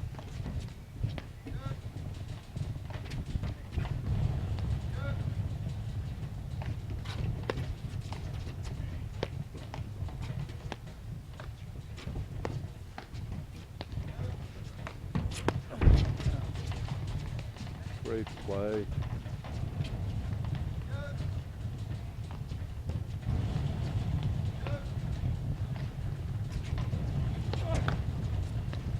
George is just all Yeah, over all the over net. the net. Those drives are not making any sort of impression on him. George is one of the best positional volleyers in the game. What are you doing?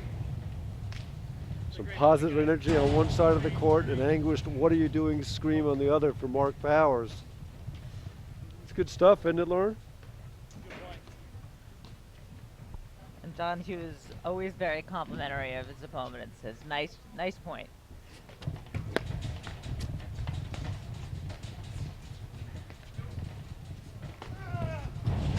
As we often say, these are the points determine who win or lose paddle matches. Great ball for Mark Powers there. Catches Max LePivert's right hip, misses the volley, back to deuce.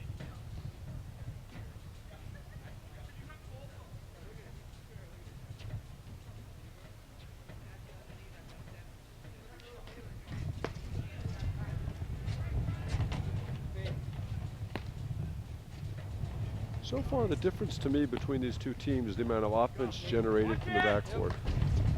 Great blitz from George as he generates some of his own. I just think Hughes and Powers are generating more offense when they're in the backcourt than Max and George. As John Hughes hits what he would describe as not the smartest shot of his career. Another game point for Another game LePivert and point. Wilkinson. I agree with you, Lauren. I think this Yeah. game is critical for LePivert and Wilkinson. They really need to turn the tide a little bit.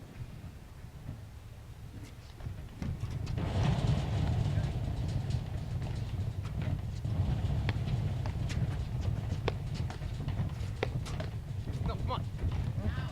Mark Powers' forehand's really bothering him. He gets him up high there, out of his comfort zone.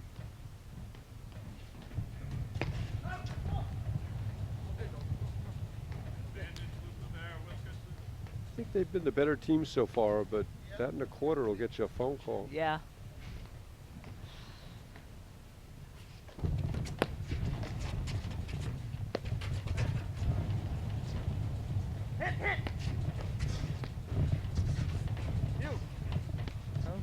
Oh, that was Late communication. That was really John Hughes' ball the whole way. I don't know what he was looking for.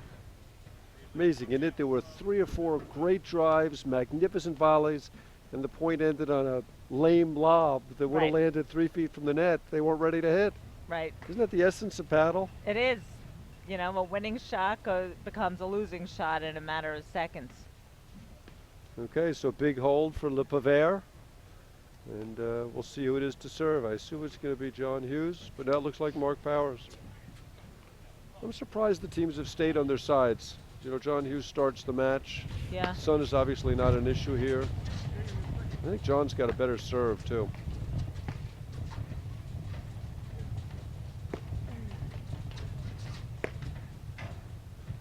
Sloppy overhead for Max, catches the tape. 15 love.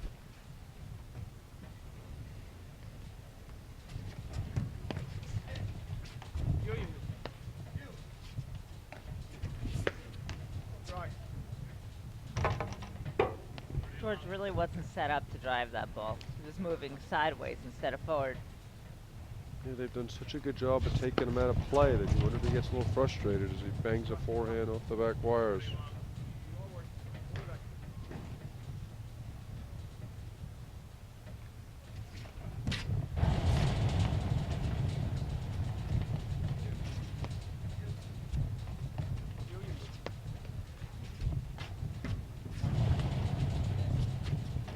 Help!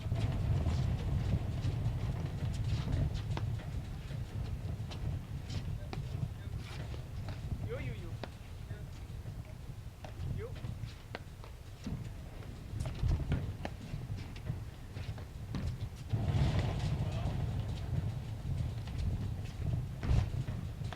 We see Mark Powers loading up for that overhead with his lower body. So much spin on the ball. He can volley too. Back. Come on. George and Max fighting over that ball. Got them out of position. They end up missing the lob.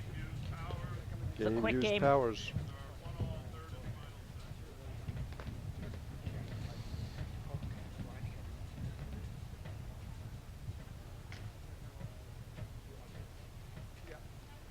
You go here. George Wilkinson to serve. I don't think George held serve in the second set.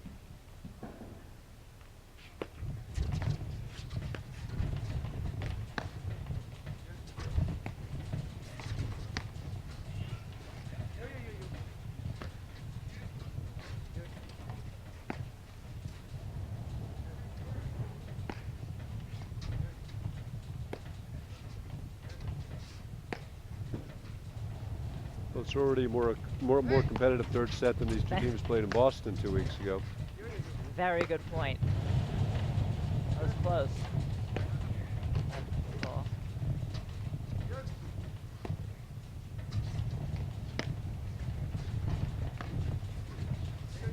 Great volley from Max. Mark Powers putting so much pressure on them. Just driving from the backcourt.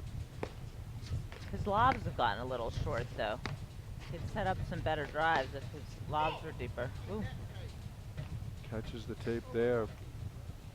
He's hit such a heavy ball, really eliciting a lot of volley errors. George and Max are two of the best volleyers in the game. Yeah, yeah.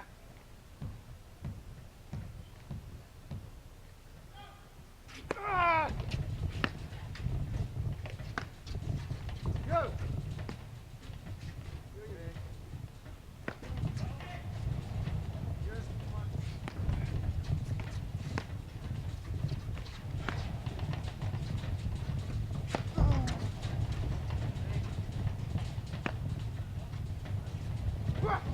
George catches the nick. Mark Powers doesn't read it. 15-all.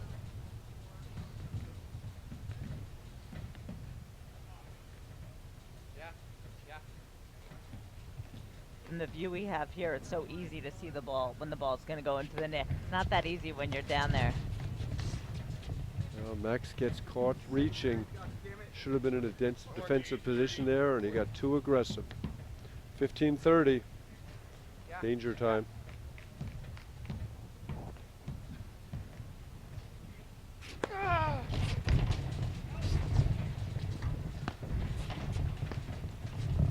Great pickup for Mark Powers.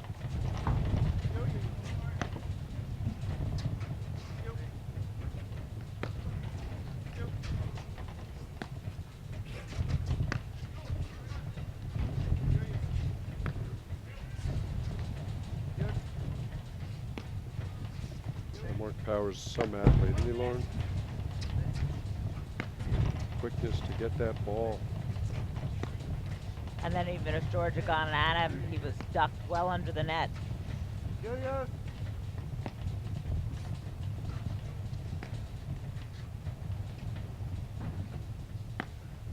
Winner of this match to play out Raya Morneau tomorrow morning at 9 o'clock. Oh, I thought John Hughes was going to drive that ball. I was surprised he lobbed it. But Nick came out right to his happy spot. Ball was called out, confirmed by chair umpire Mark Bliss. A couple of break points.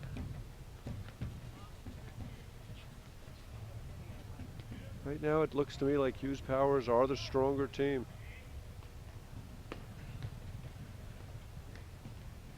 This could very well be a matchup we see next month in Philadelphia in the quarterfinals.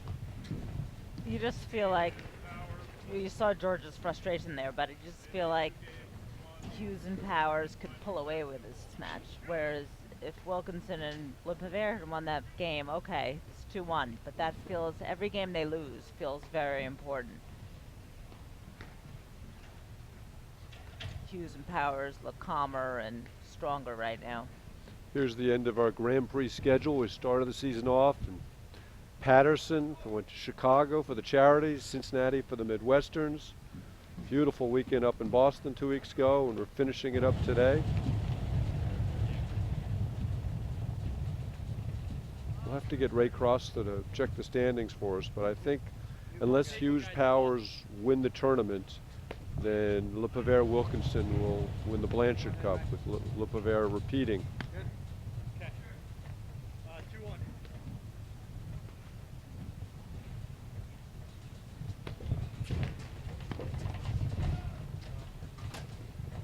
Watch it. Yep. Me. Okay. You, you're good. So where's the offense going to come from here, Lauren? Much of that qualifies as offense. But George and Max just have not generated much from the backcourt. I think George is going to keep trying to find some forehands to hit. And John and Mark have done a wonderful job of keeping the ball away from his forehand. And when he's gotten them, he's overhit a little bit. Bye there.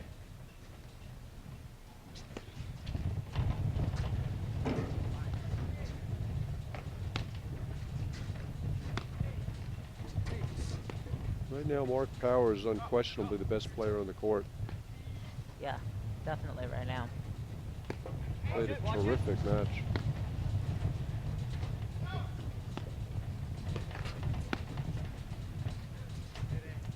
Watch it. Great volley from John Hughes, but that's an example of George driving the ball in a dangerous position, middle of the court, and left himself open to that volley. And that's what I meant. I feel like he's a little frustrated. He just wants to hit a forehand, even though that wasn't the place to do it.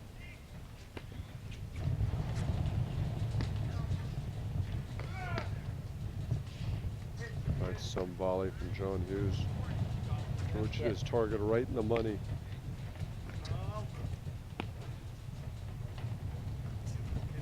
Watch out! There's George forcing the action again, just like you talked about, Yeah. Lauren. They're not with the forehand, but with the blitz. 30-15. You feel this match slipping away from LePivert and Wilkinson. Watch out!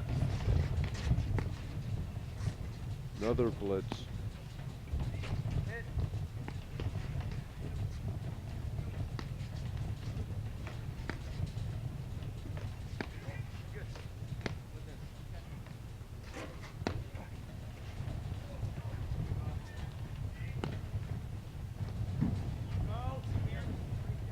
Good lob. Let him off the hook. You hit good. You're good. Me. You. You're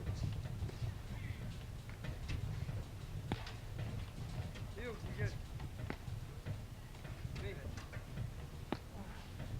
You. Watch it. Mark Powers has all the answers right now. Yeah, George isn't really getting anywhere with that drive. Pretty good drives, too. Yeah. Just making every volley.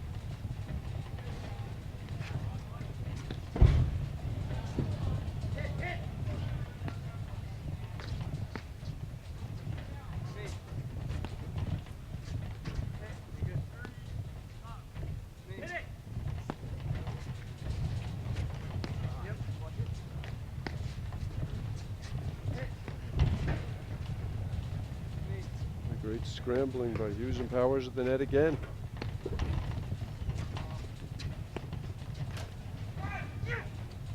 Catches the nick. How many Max drives couldn't do read you it. think? How many drives do you think George hit in that point? 6, 8, 8, 10? 10. Yeah. 40-15. Point for 3-1. No. No. Curved in wide, but 3-1 Hughes and Powers. Mark Powers has just taken over the court the last half hour. Playing some great paddle. Let's see if George and Max have any answers. yep. You're good.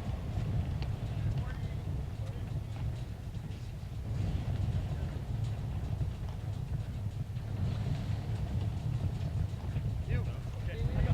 Yep, you're good. We're good.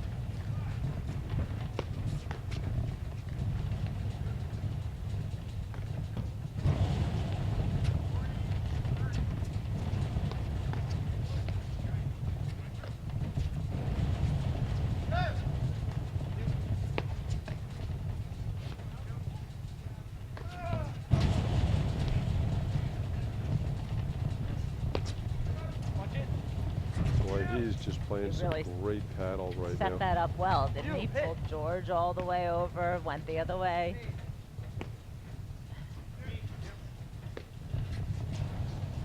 Great ball, John. Just their overheads are a little better, their volleys are a little better, and their drives are a lot better right now. And their demeanor is better. You can see it in the body language. To me, this is a must-hold for LePivert.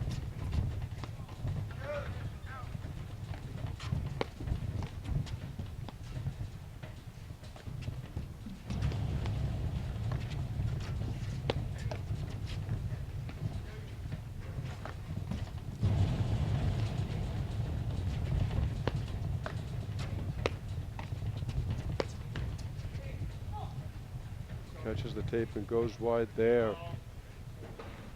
The way he's playing, I'm surprised that didn't hit the net and go in for a winner.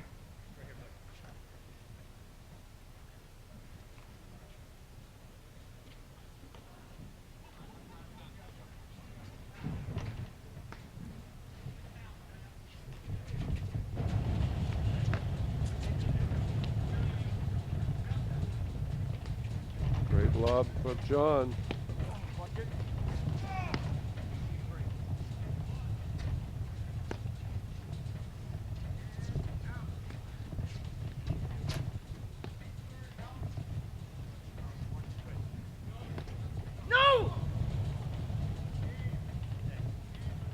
Rare unforced error for Mark Hughes.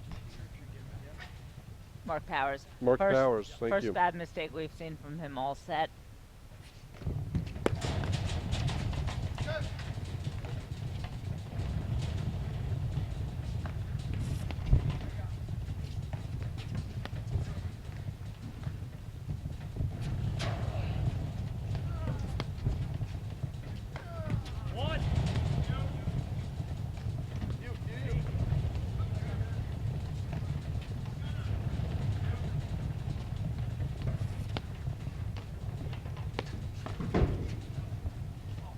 Oh,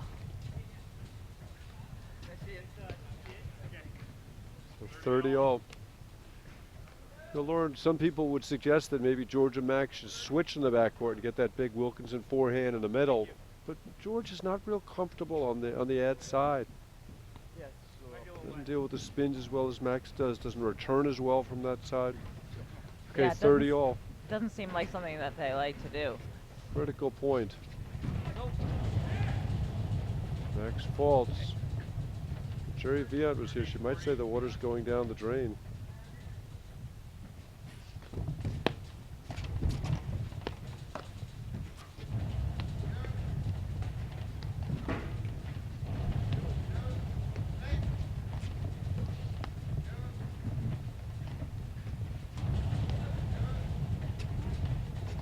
High lobs from Mark Powers. Great lobs, 3-4 lobs in a row, pushed him outside of the service box. Another one.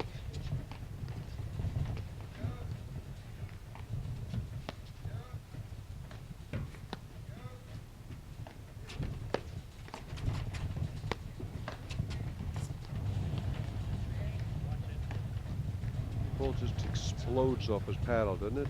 Yeah. Short Hear it. backswing, almost Johan-esque.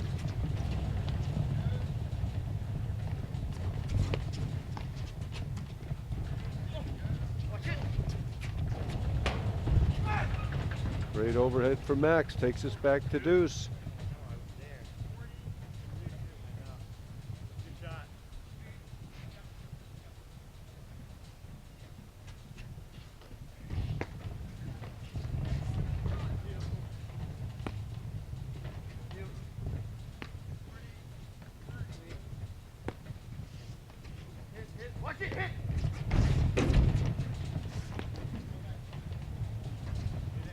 Max is looking for some offense back there with his speed. Oh, So again. second huge point, they've had a miscommunication at the net. On an easy ball. I wonder if that's going to come back to haunt him. Game point, LePivert Wilkinson.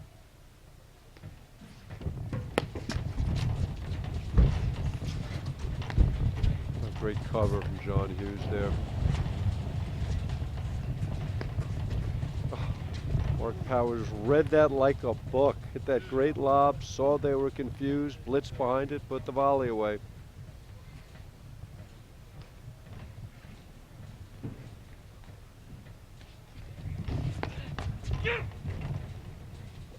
George and Max missing a lot of volleys right now. Every service game for them is a fight. A lot of quick points.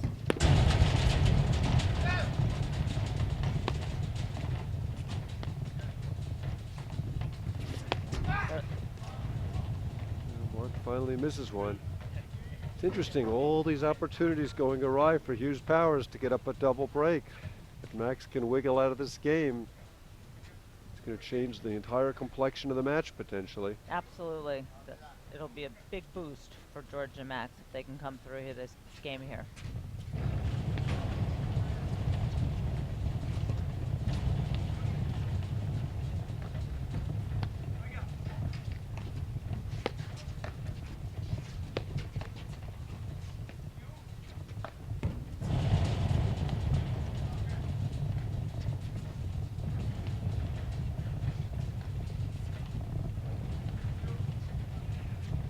There's some confusion with George and Max there.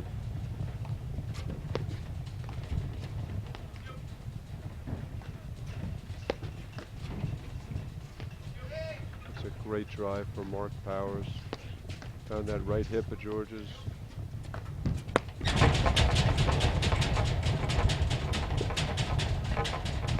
He had a good look at that one, Mark. He was just a little late sliding over there. Wasn't quite planted.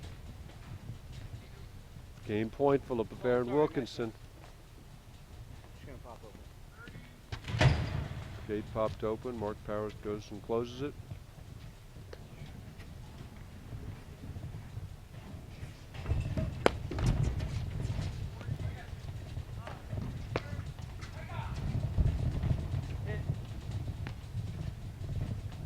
Great move from John Hughes.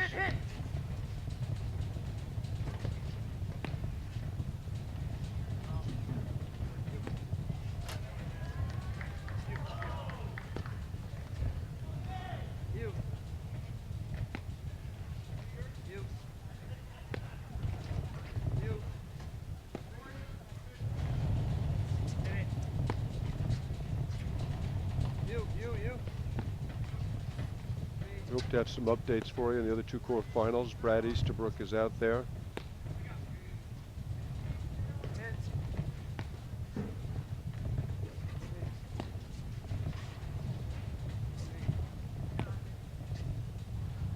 As we talked about earlier, Lauren, the deeper the play goes, the more important the point is, the more patient they are. Great move from George, and they hold. And George didn't try to smack that forehand. He hit a little roller to set it up. He got a relatively weak reply from Mark Powers. So 3-2, Hughes and Powers. That's got to wear on you when you have all those opportunities. I think they had three break points there. Chance to go up a double break, 4-1. Really grabbed the set by the neck. And now they're Huge game. Yep. Now Max and George have their heads held high. They believe again. Well, these guys aren't going away. They're going to fight till the end.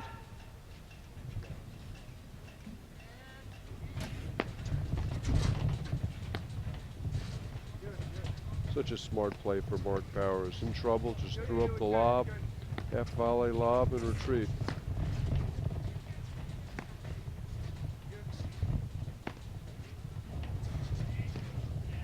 Great drive, finds Max's right hip.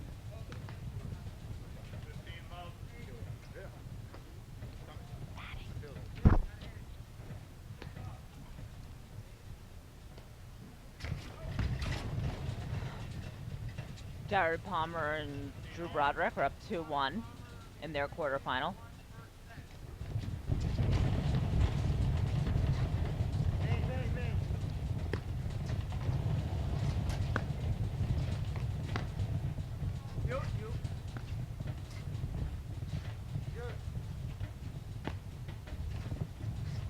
Looking forward to that match, Lauren. Teams played in Philly last year.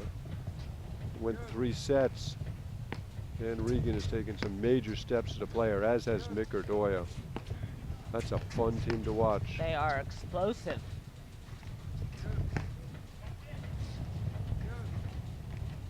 We'll also find out how healthy Jared Palmer is in that match. Great dig off the nick from John Hughes. Well, he puts so many balls in play.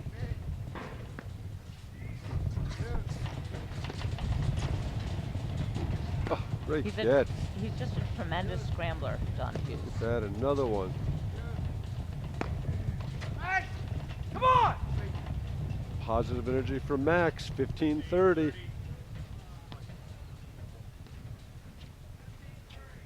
I love this scene, Lauren, at Short Hills. It's so beautiful. 5 courts, lights on. We got a great crowd, several hundred people here watching. Great place to watch. But a winner or miss?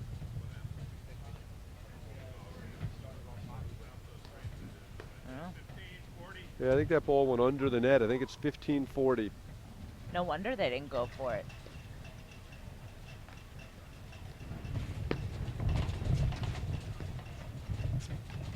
Great lob, George.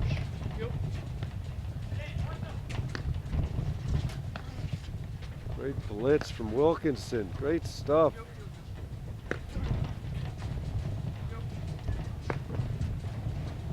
So Lugard DeRose won the first set 6-1 and are down 1-love in the second, and Broderick's now up 3-1 in the first set.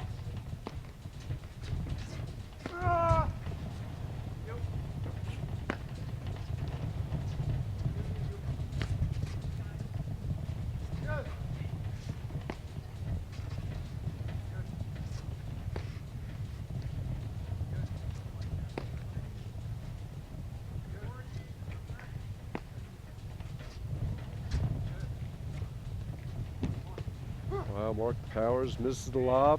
3-all. Boy, Lauren, we were getting ready to write their epitaph about 10 minutes ago, and now we're even at 3. We'll remember that 3-1 game. Hopefully Mark and John aren't thinking about it tonight when they're driving home. Just hit the 2-hour mark of this match. You have to think this one's got a little bit of distance to go just yet. Yeah, doesn't feel like it's going to be over anytime soon. Well, I just wouldn't expect to see Max miss that volley at this juncture of the match. He was a little surprised too. He doesn't know why.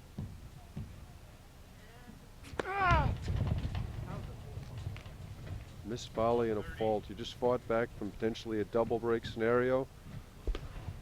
Just donating points. You cannot do that.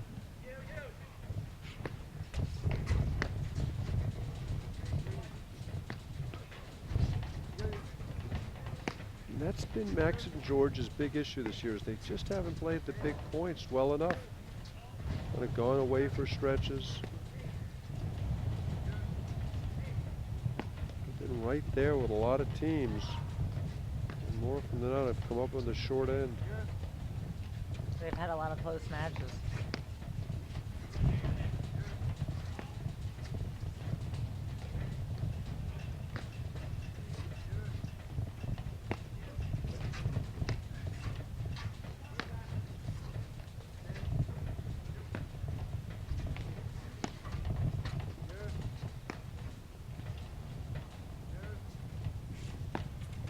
Interesting to me how many balls they're playing to Mark Powers. I mean, as righties, it's obviously more comfortable with that angle, hitting the ball into the ad court. But he's the one doing all the damage right now.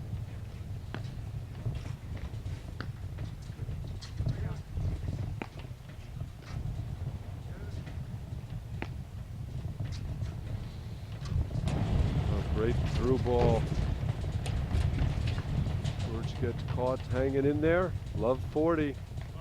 With a great ball from Mark Powers.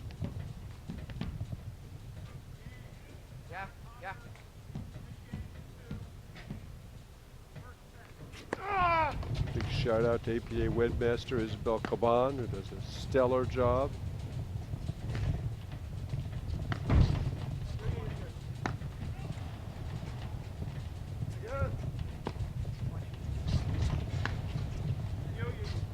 Great position volley from Wilkinson.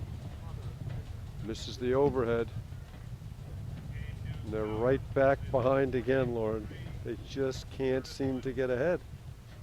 That was a quick game to give back after fighting to win 2 such tough games. Well, they got down 30-love almost immediately. Immediately. 2 shots. Okay, let's see if Hughes and Powers can consolidate the break. And there's the draw. Araya Morneau are already through, waiting the winner of this match. Another 3 quarterfinals all going on. Everybody fighting for that coveted Blanchard Cup.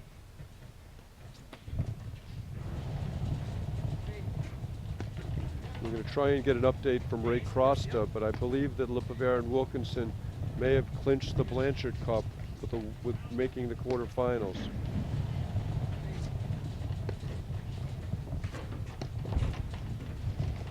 Mark catches the nick. Max doesn't read it. 15 Max love. was going the other way. He thought it was going to be a side back. 5 here.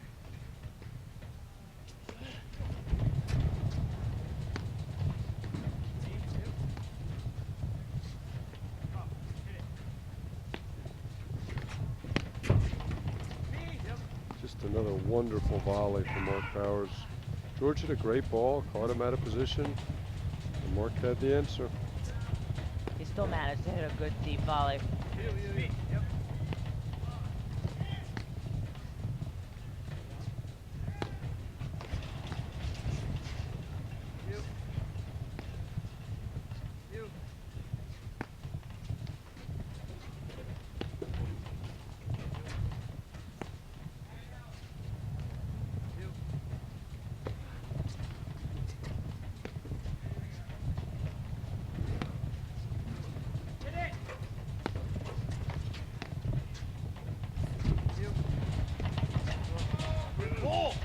Yeah, George gets pulled out of position, never fully recovered, doesn't handle the spin overhead. 30 love.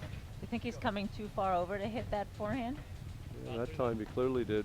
Because a couple times he's gotten caught with the ball going behind him.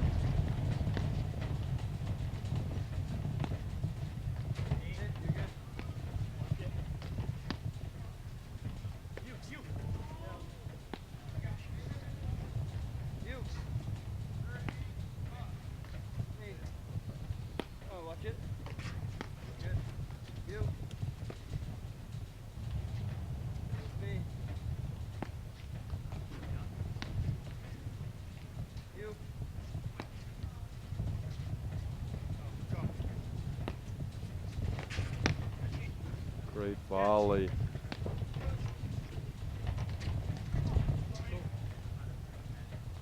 That's a great shot. 30-15. 35.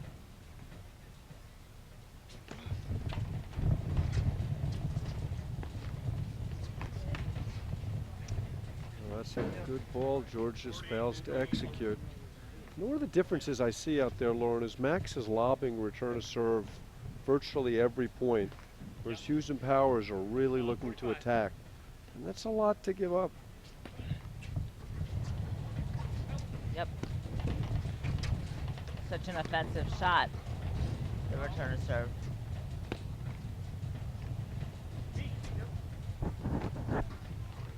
Two points for 5-3. We'll see if they need them both.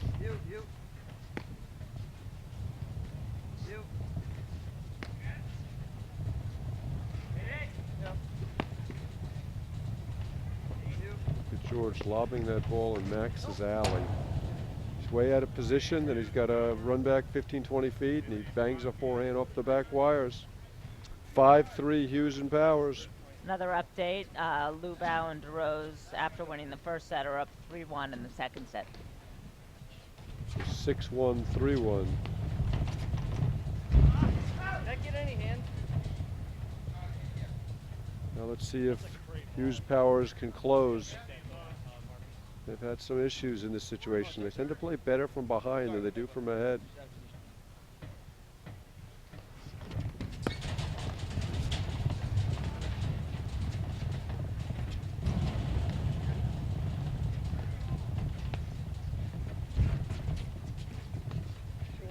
It's really been a little more John Hughes than Mark Powers, and it will be Mark Powers to serve for the match if they don't break here.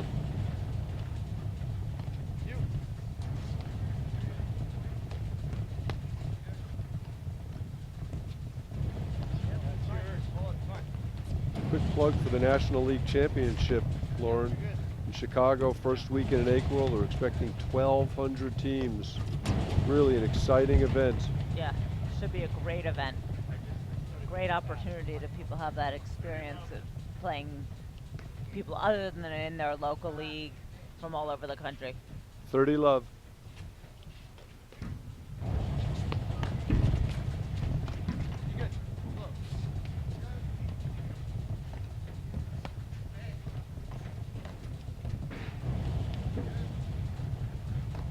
Okay, so Ray Crosta, head of the men's ranking committee, informed me that if Hughes and Powers win it all, they'll win the cup if Max finishes at 7th or 8th. So that means if Max and George lose this match but win the first match in the quarterback draw, they would clinch the cup. Okay, these fast games, they tend to play against you. There are standings. We're really down to just 2 teams with a chance to win the cup.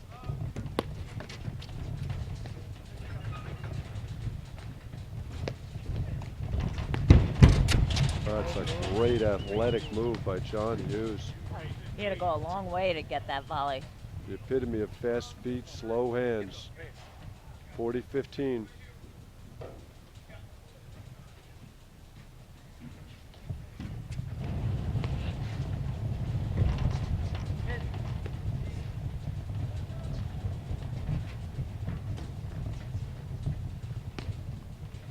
Not sure exactly how Max got that one back. He was in all sorts of trouble. And then misses a relatively routine ball. 40-30.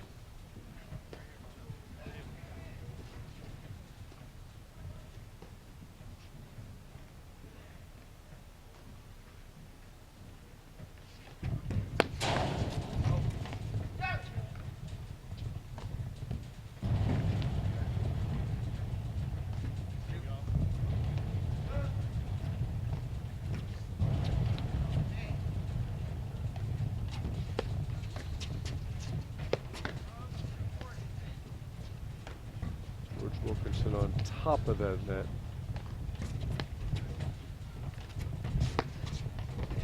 Oh, great ball from John Hughes. Found a great spot there in the middle. We got the ball so early, too.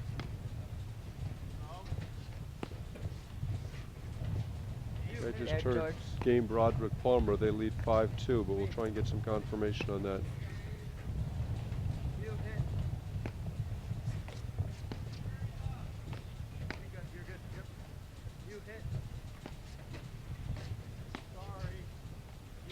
Ray also informs me that, as we talked about earlier, the winner of this match will be the 4th seed at Nationals. And Mark, explain why that's such a big, big distinction between the 4th and the 5th seed this year at Nationals. Well, the big advantage is the 4th seed will play 13 through 16 in the round of 16. And then there's every likelihood, 50-50, these teams could play again in the quarters of Nationals because the quarters are seeded by 2s. So 3 and 4 play 5 and 6.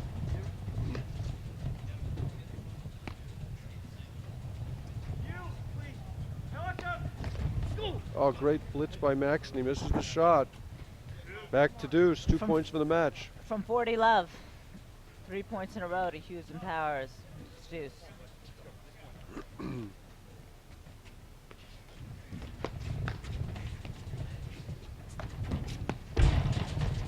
Great ball Shot. from Mark Powers. Match point.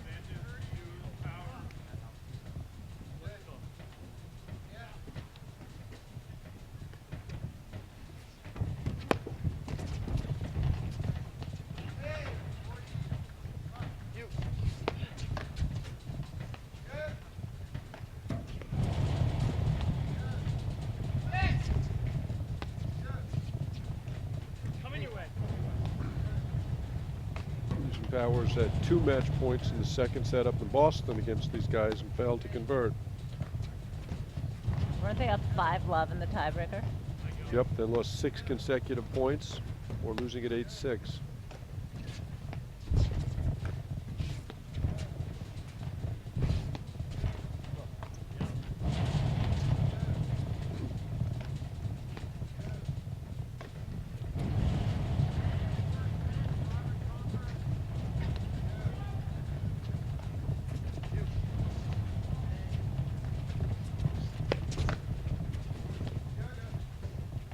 Pop of that ball off of Mark Powers' paddle.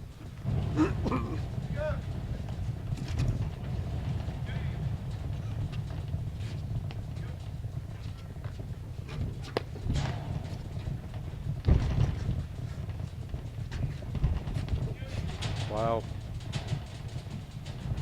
A couple of lead cords, a match point. Confusion from George and Max there.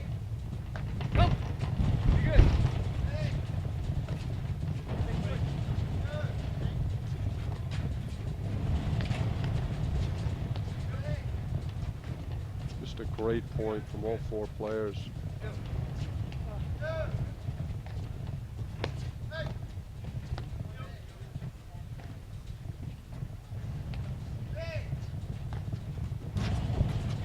Who's gonna blink first? It's like the rest of the match. I'll have to say it's Max and George.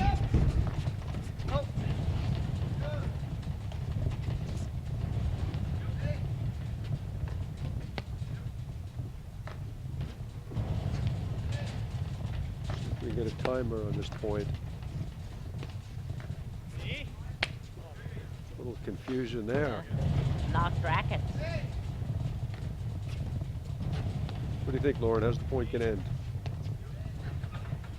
Putting you on the spot. Come on. What do you got? I think it might end on a blitz. I think it's gonna end on a missed volley off of Mark Powers' forehand.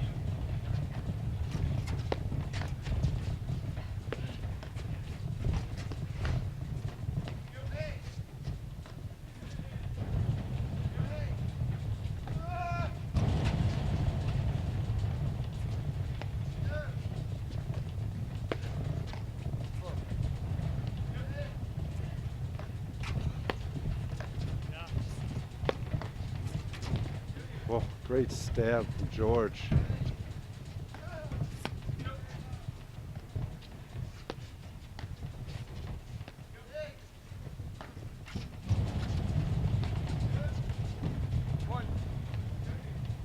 Sean was looking for that ball. He was. And there it is. Game, set, and match. Hughes Powers, 4-6, 6-2, 6-3. Boy, terrific match, Lauren. And a great match point. Any closing thoughts? You know, we sort of felt it. We felt like once Hughes and Powers got that that lead in the third set, they were the favorites to win, and they were just more solid. They made less quick errors than George and Max. Generated a little more offense from the backcourt, so that makes them our 4th seed at Nationals and keeps them alive with an opportunity to win the Blanchard Cup. Okay, we'll be right back in a moment after these messages right here on the APA Network, presented by eNet Live.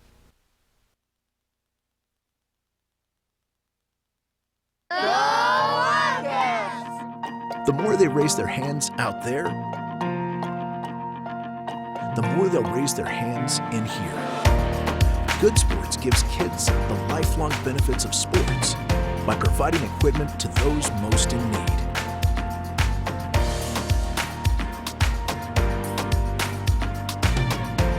Donate today, because kids who play do better.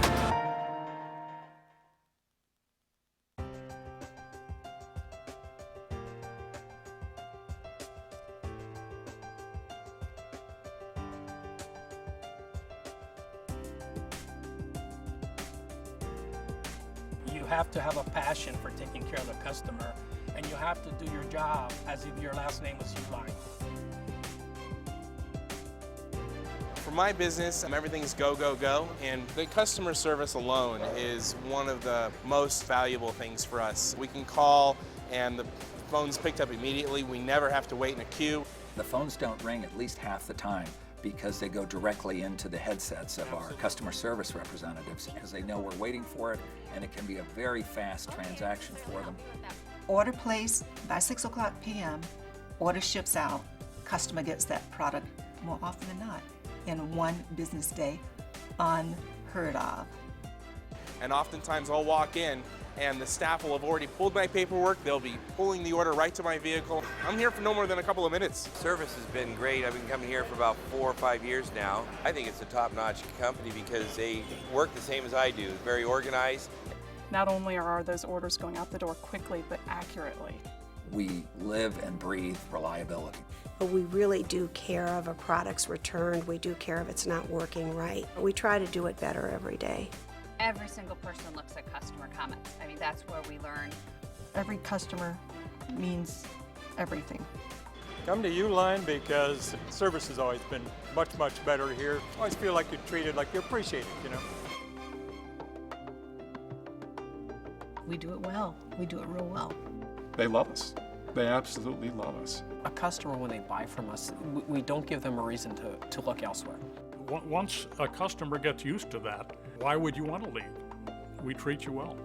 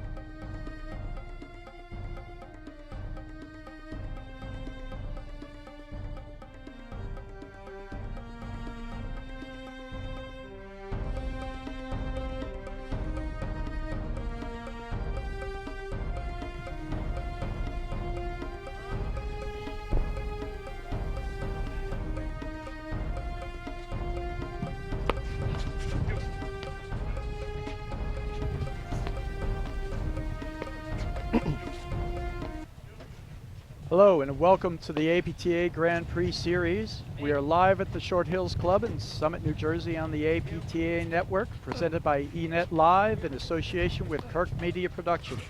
I'm Brad Easterbrook alongside Ray Crossa, and it's time for the continuation of the men's quarterfinal match between Drew Broderick and Jared Palmer, the number one seeds, against Mick Udoya and Dan Regan, the number 6 seeds. We join our match in progress, and Broderick and Palmer won the first set 6-2. So Ray, what can you tell us about what we should expect from this match? Well, I think we're going to see an extremely athletic match. You got two of the biggest forehands in the game with Mick and Dan, and we all know what Drew and Jared bring. I mean, they're as steady as they get. I saw Mick in the first set tweak something, so we'll see if that affects his play. All right, so we're in this first game of the second set here. It's love 40, triple break point already for Broderick and Palmer.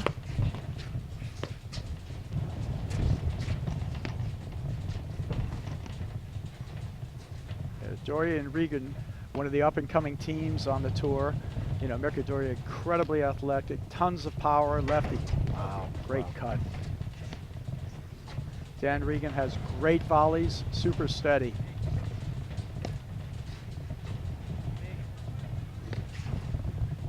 Just dictating with cuts there. Drew Broderick, effortless. Easy break to start the second set. Now, what I noticed you were watching some of this match before too, Ray. It seemed like Udoya and Regan were almost playing a little too fast, going for too much, too many mistakes, not setting up their points that well. Yeah, that's going to get in a lot of trouble against Drew and Jared. They're so steady. So steady, and Palmer's got some of the best volleys in the entire, country, probably the best because of his range and size. Absolutely. I mean, Johan easily cuts off that first ball and then stuffs a dunk right behind Udoya, who's definitely looks like he's moving a little slower. You can see him. Yeah, I'm going to keep a sharp eye on him, see how he's doing.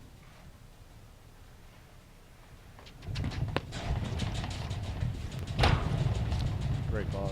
Yeah, he would get that off the second, open his face, and probably dig that out. He's definitely looking a little sluggish out there. Yep. 30 love.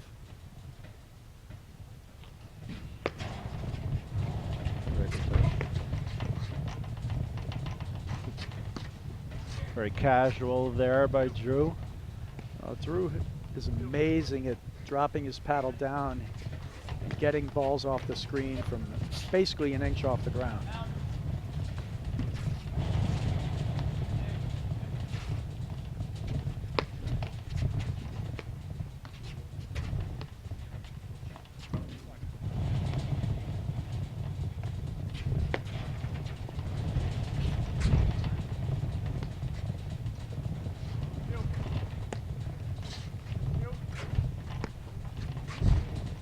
See Regan clear off to the side to give Vicadoya room to hit his cut overhead. Little loose switch there. A wry smile from Drew. 30-15.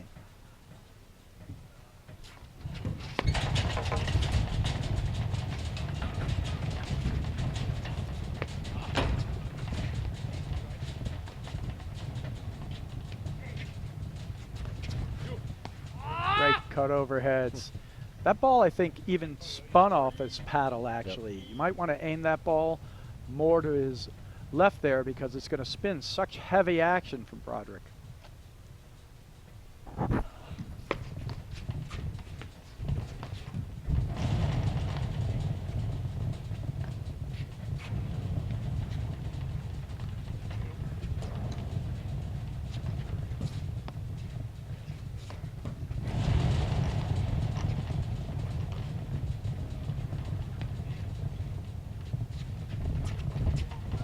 Incredible. Great shot. Not fair. He's feeling comfortable. That's a little deep in the court. Go for that. Yet he gets the lead court winner anyway. Great shot. 2 games to love. Not a lot of energy right now from Midoriya and Regan. They're going to need to capture some of it. I don't like their body language right now.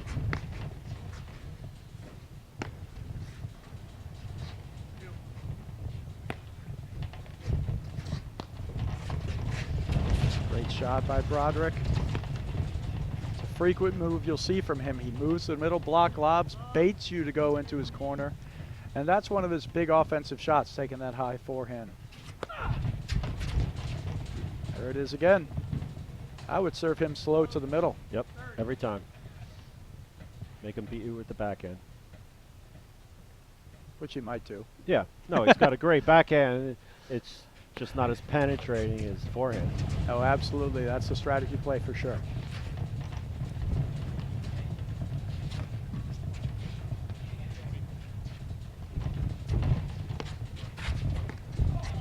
Oh, it's actually a smart play to go a little higher on Jared. He's tall.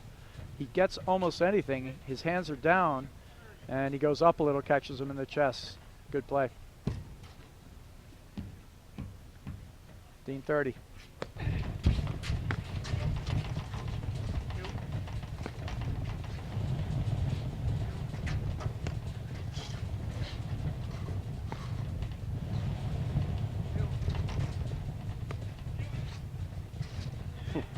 All right, Nick, not to be outdone. No.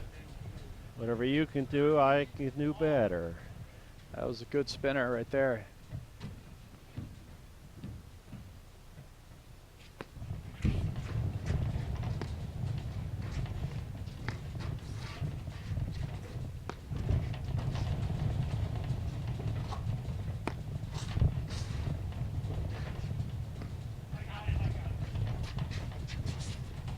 Too high on that one. It's a good ball to try it on, but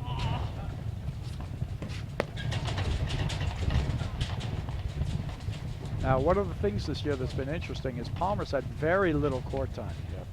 He's moved out west. He's defending national champion with Drew Broderick, seeded first here. Yet every time he comes out to play these tournaments, he's starting from scratch. Yeah, Drew's been playing with other partners all year. He played a couple with Steve DeRose. So he's playing plenty. I think it's amazing that Jared can keep up his level of play with the little amount that he actually plays. Well, his level of talent is that strong that he can do it, but it's definitely going to be an effect. I mean, we saw in the finals of the charities, I think Jared Balmer was widely considered the best player in the country last year. Easily. Great point. And he definitely charities, he was not quite as strong. He was a little Didn't play off. as strong I as agree. Match. Yep. He was definitely a little off. And that's all it takes when you're playing Johan and Mark or Juan and Jeff.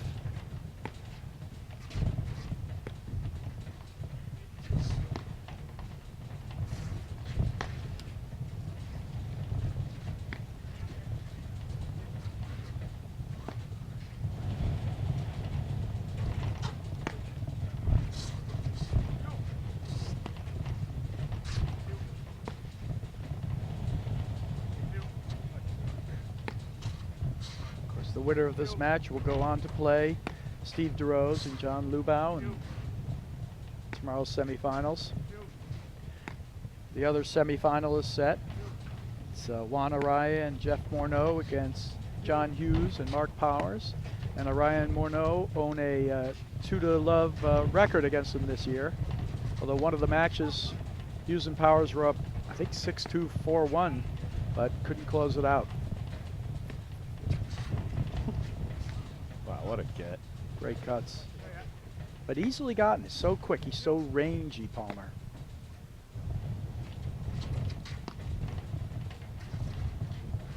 I think they're going to have to be careful hitting these down overheads. You see, you know, Broderick and Palmer starting to dart in, looking for that ball bouncing up. They get a ball from high to low. Very dangerous. Drew's never going to miss. But I don't mind him hitting a ball off the deck, you know, waist high. No, he's not going to beat you too much off the deck, but he sets you up. Every shot he hits has a purpose. Oh, for sure. He's one of the most tactical players on the tour, without a doubt. But he can definitely kill you if you give the ball high to him. Absolutely. He's got the cut overhead Zorro drive. High to low drive. Going for the cutter. Got a piece of him. Nice shot. Even though they read it well, just hard to control that shot. Spinning close to the net. Tack volleys him, catches him in the body. We're a deuce.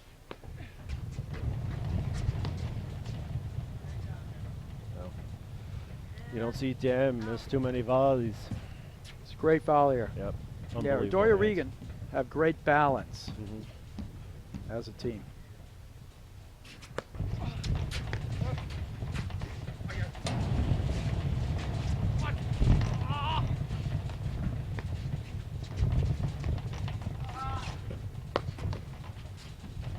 It's a good rip there. Jared made that volley look easy. It was anything but. He makes a lot of volleys look easy. He sure does.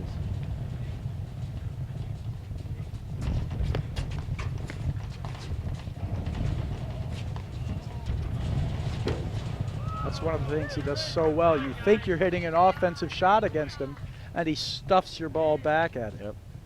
And you're in worse shape than you were before you hit the ball.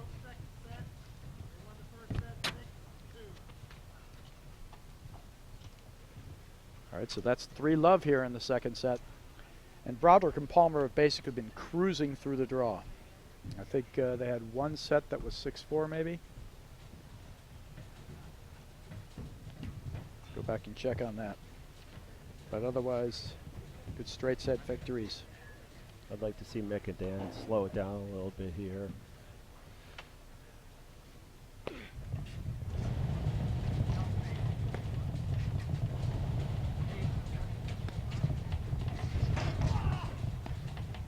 I agree with it. Concentrate on the height and depth of your lobs.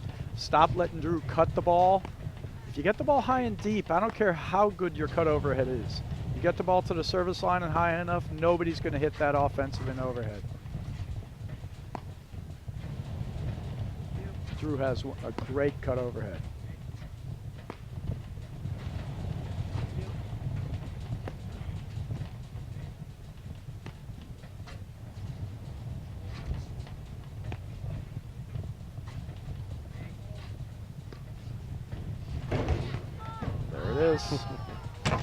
You leave that ball short, you're asking for trouble. 15 love.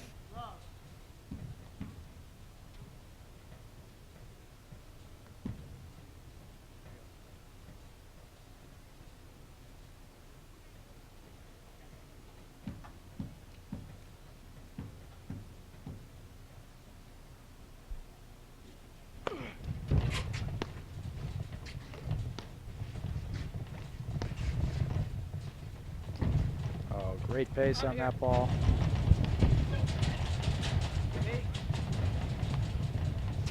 Help. See Drew darting to the side, guessing, looking for that ball, that high ball wide. All right. It's just not ready. Their energy's just not there. I mean, he could have volleyed that. He just a little lack of focus there. Great shot. Puts up his hand.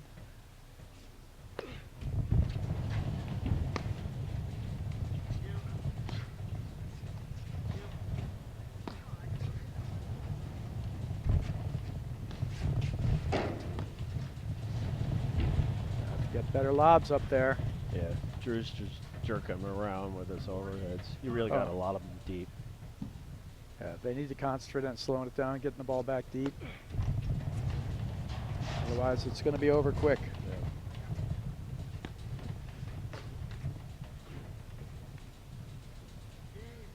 I think Mick is definitely feeling the effects of that.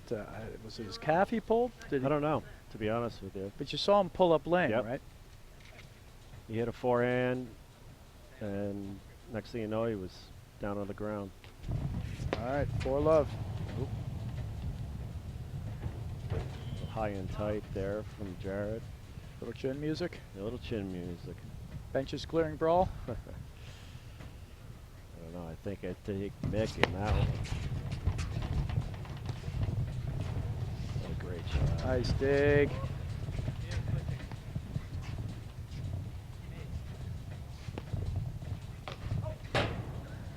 Yeah. Might have been a little retaliation there.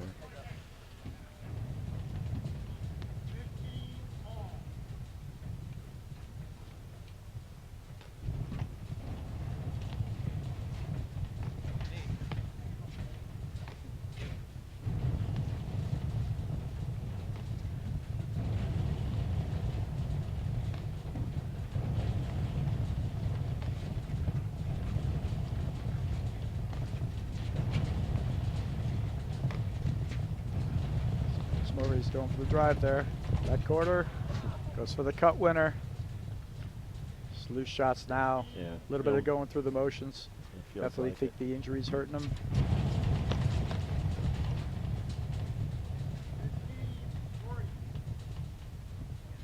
Double break point for a 5 love lead for Broderick Palmer. Great return, nice half volley pickup.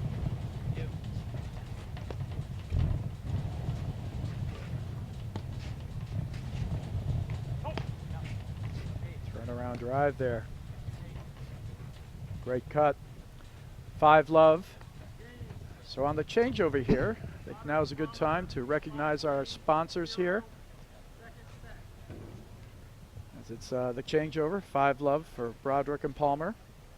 So Viking is the official sponsor of the APTA. There's Osteo Biflex, Behringer Vineyard, Club Pilates, Maple Crest Ford, Spiro Harrison Law Firm, Narragansett Brewery, and the New Jersey Men's Platform Tennis Association. So thanks to all our great sponsors here. All right, this is your basic must-win game at Love 5, right, Ray? I'd say so. It's a nice drive, easily volleyed by Broderick. Great volleys.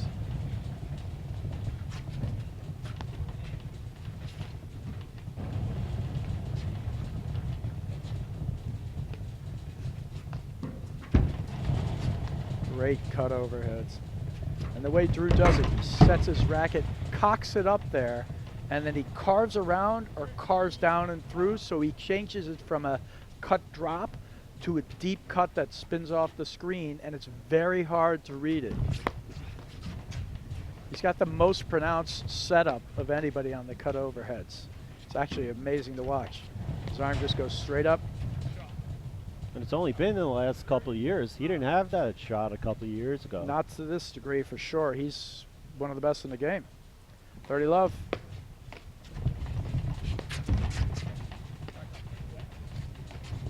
Push that one. You can see when he sets up and he's going to cut it.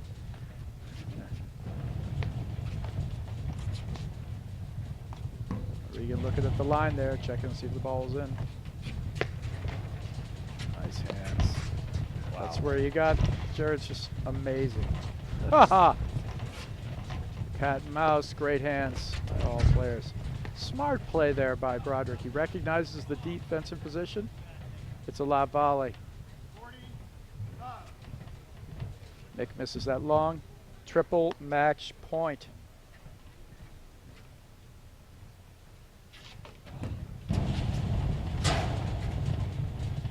And there it is. Game, set, and match for Broderick and Palmer.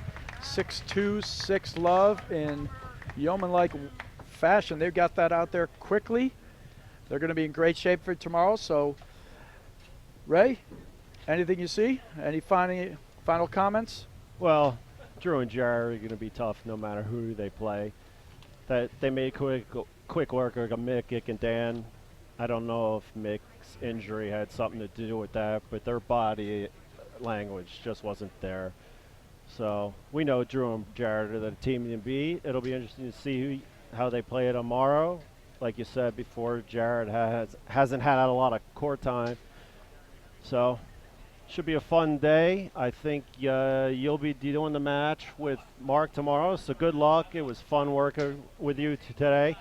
Short and sweet tonight, but let's go enjoy the party and have some fun tomorrow. And we should mention to our viewers quickly that tomorrow we got the women's final, which is Gabby Nicolescu and Martina Andrakova against Roxy Anika and Liz Cruz. So that'll be a tremendous battle.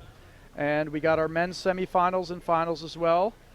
Juana Ryan, Jeff Morneau against John Hughes and Mark Powers.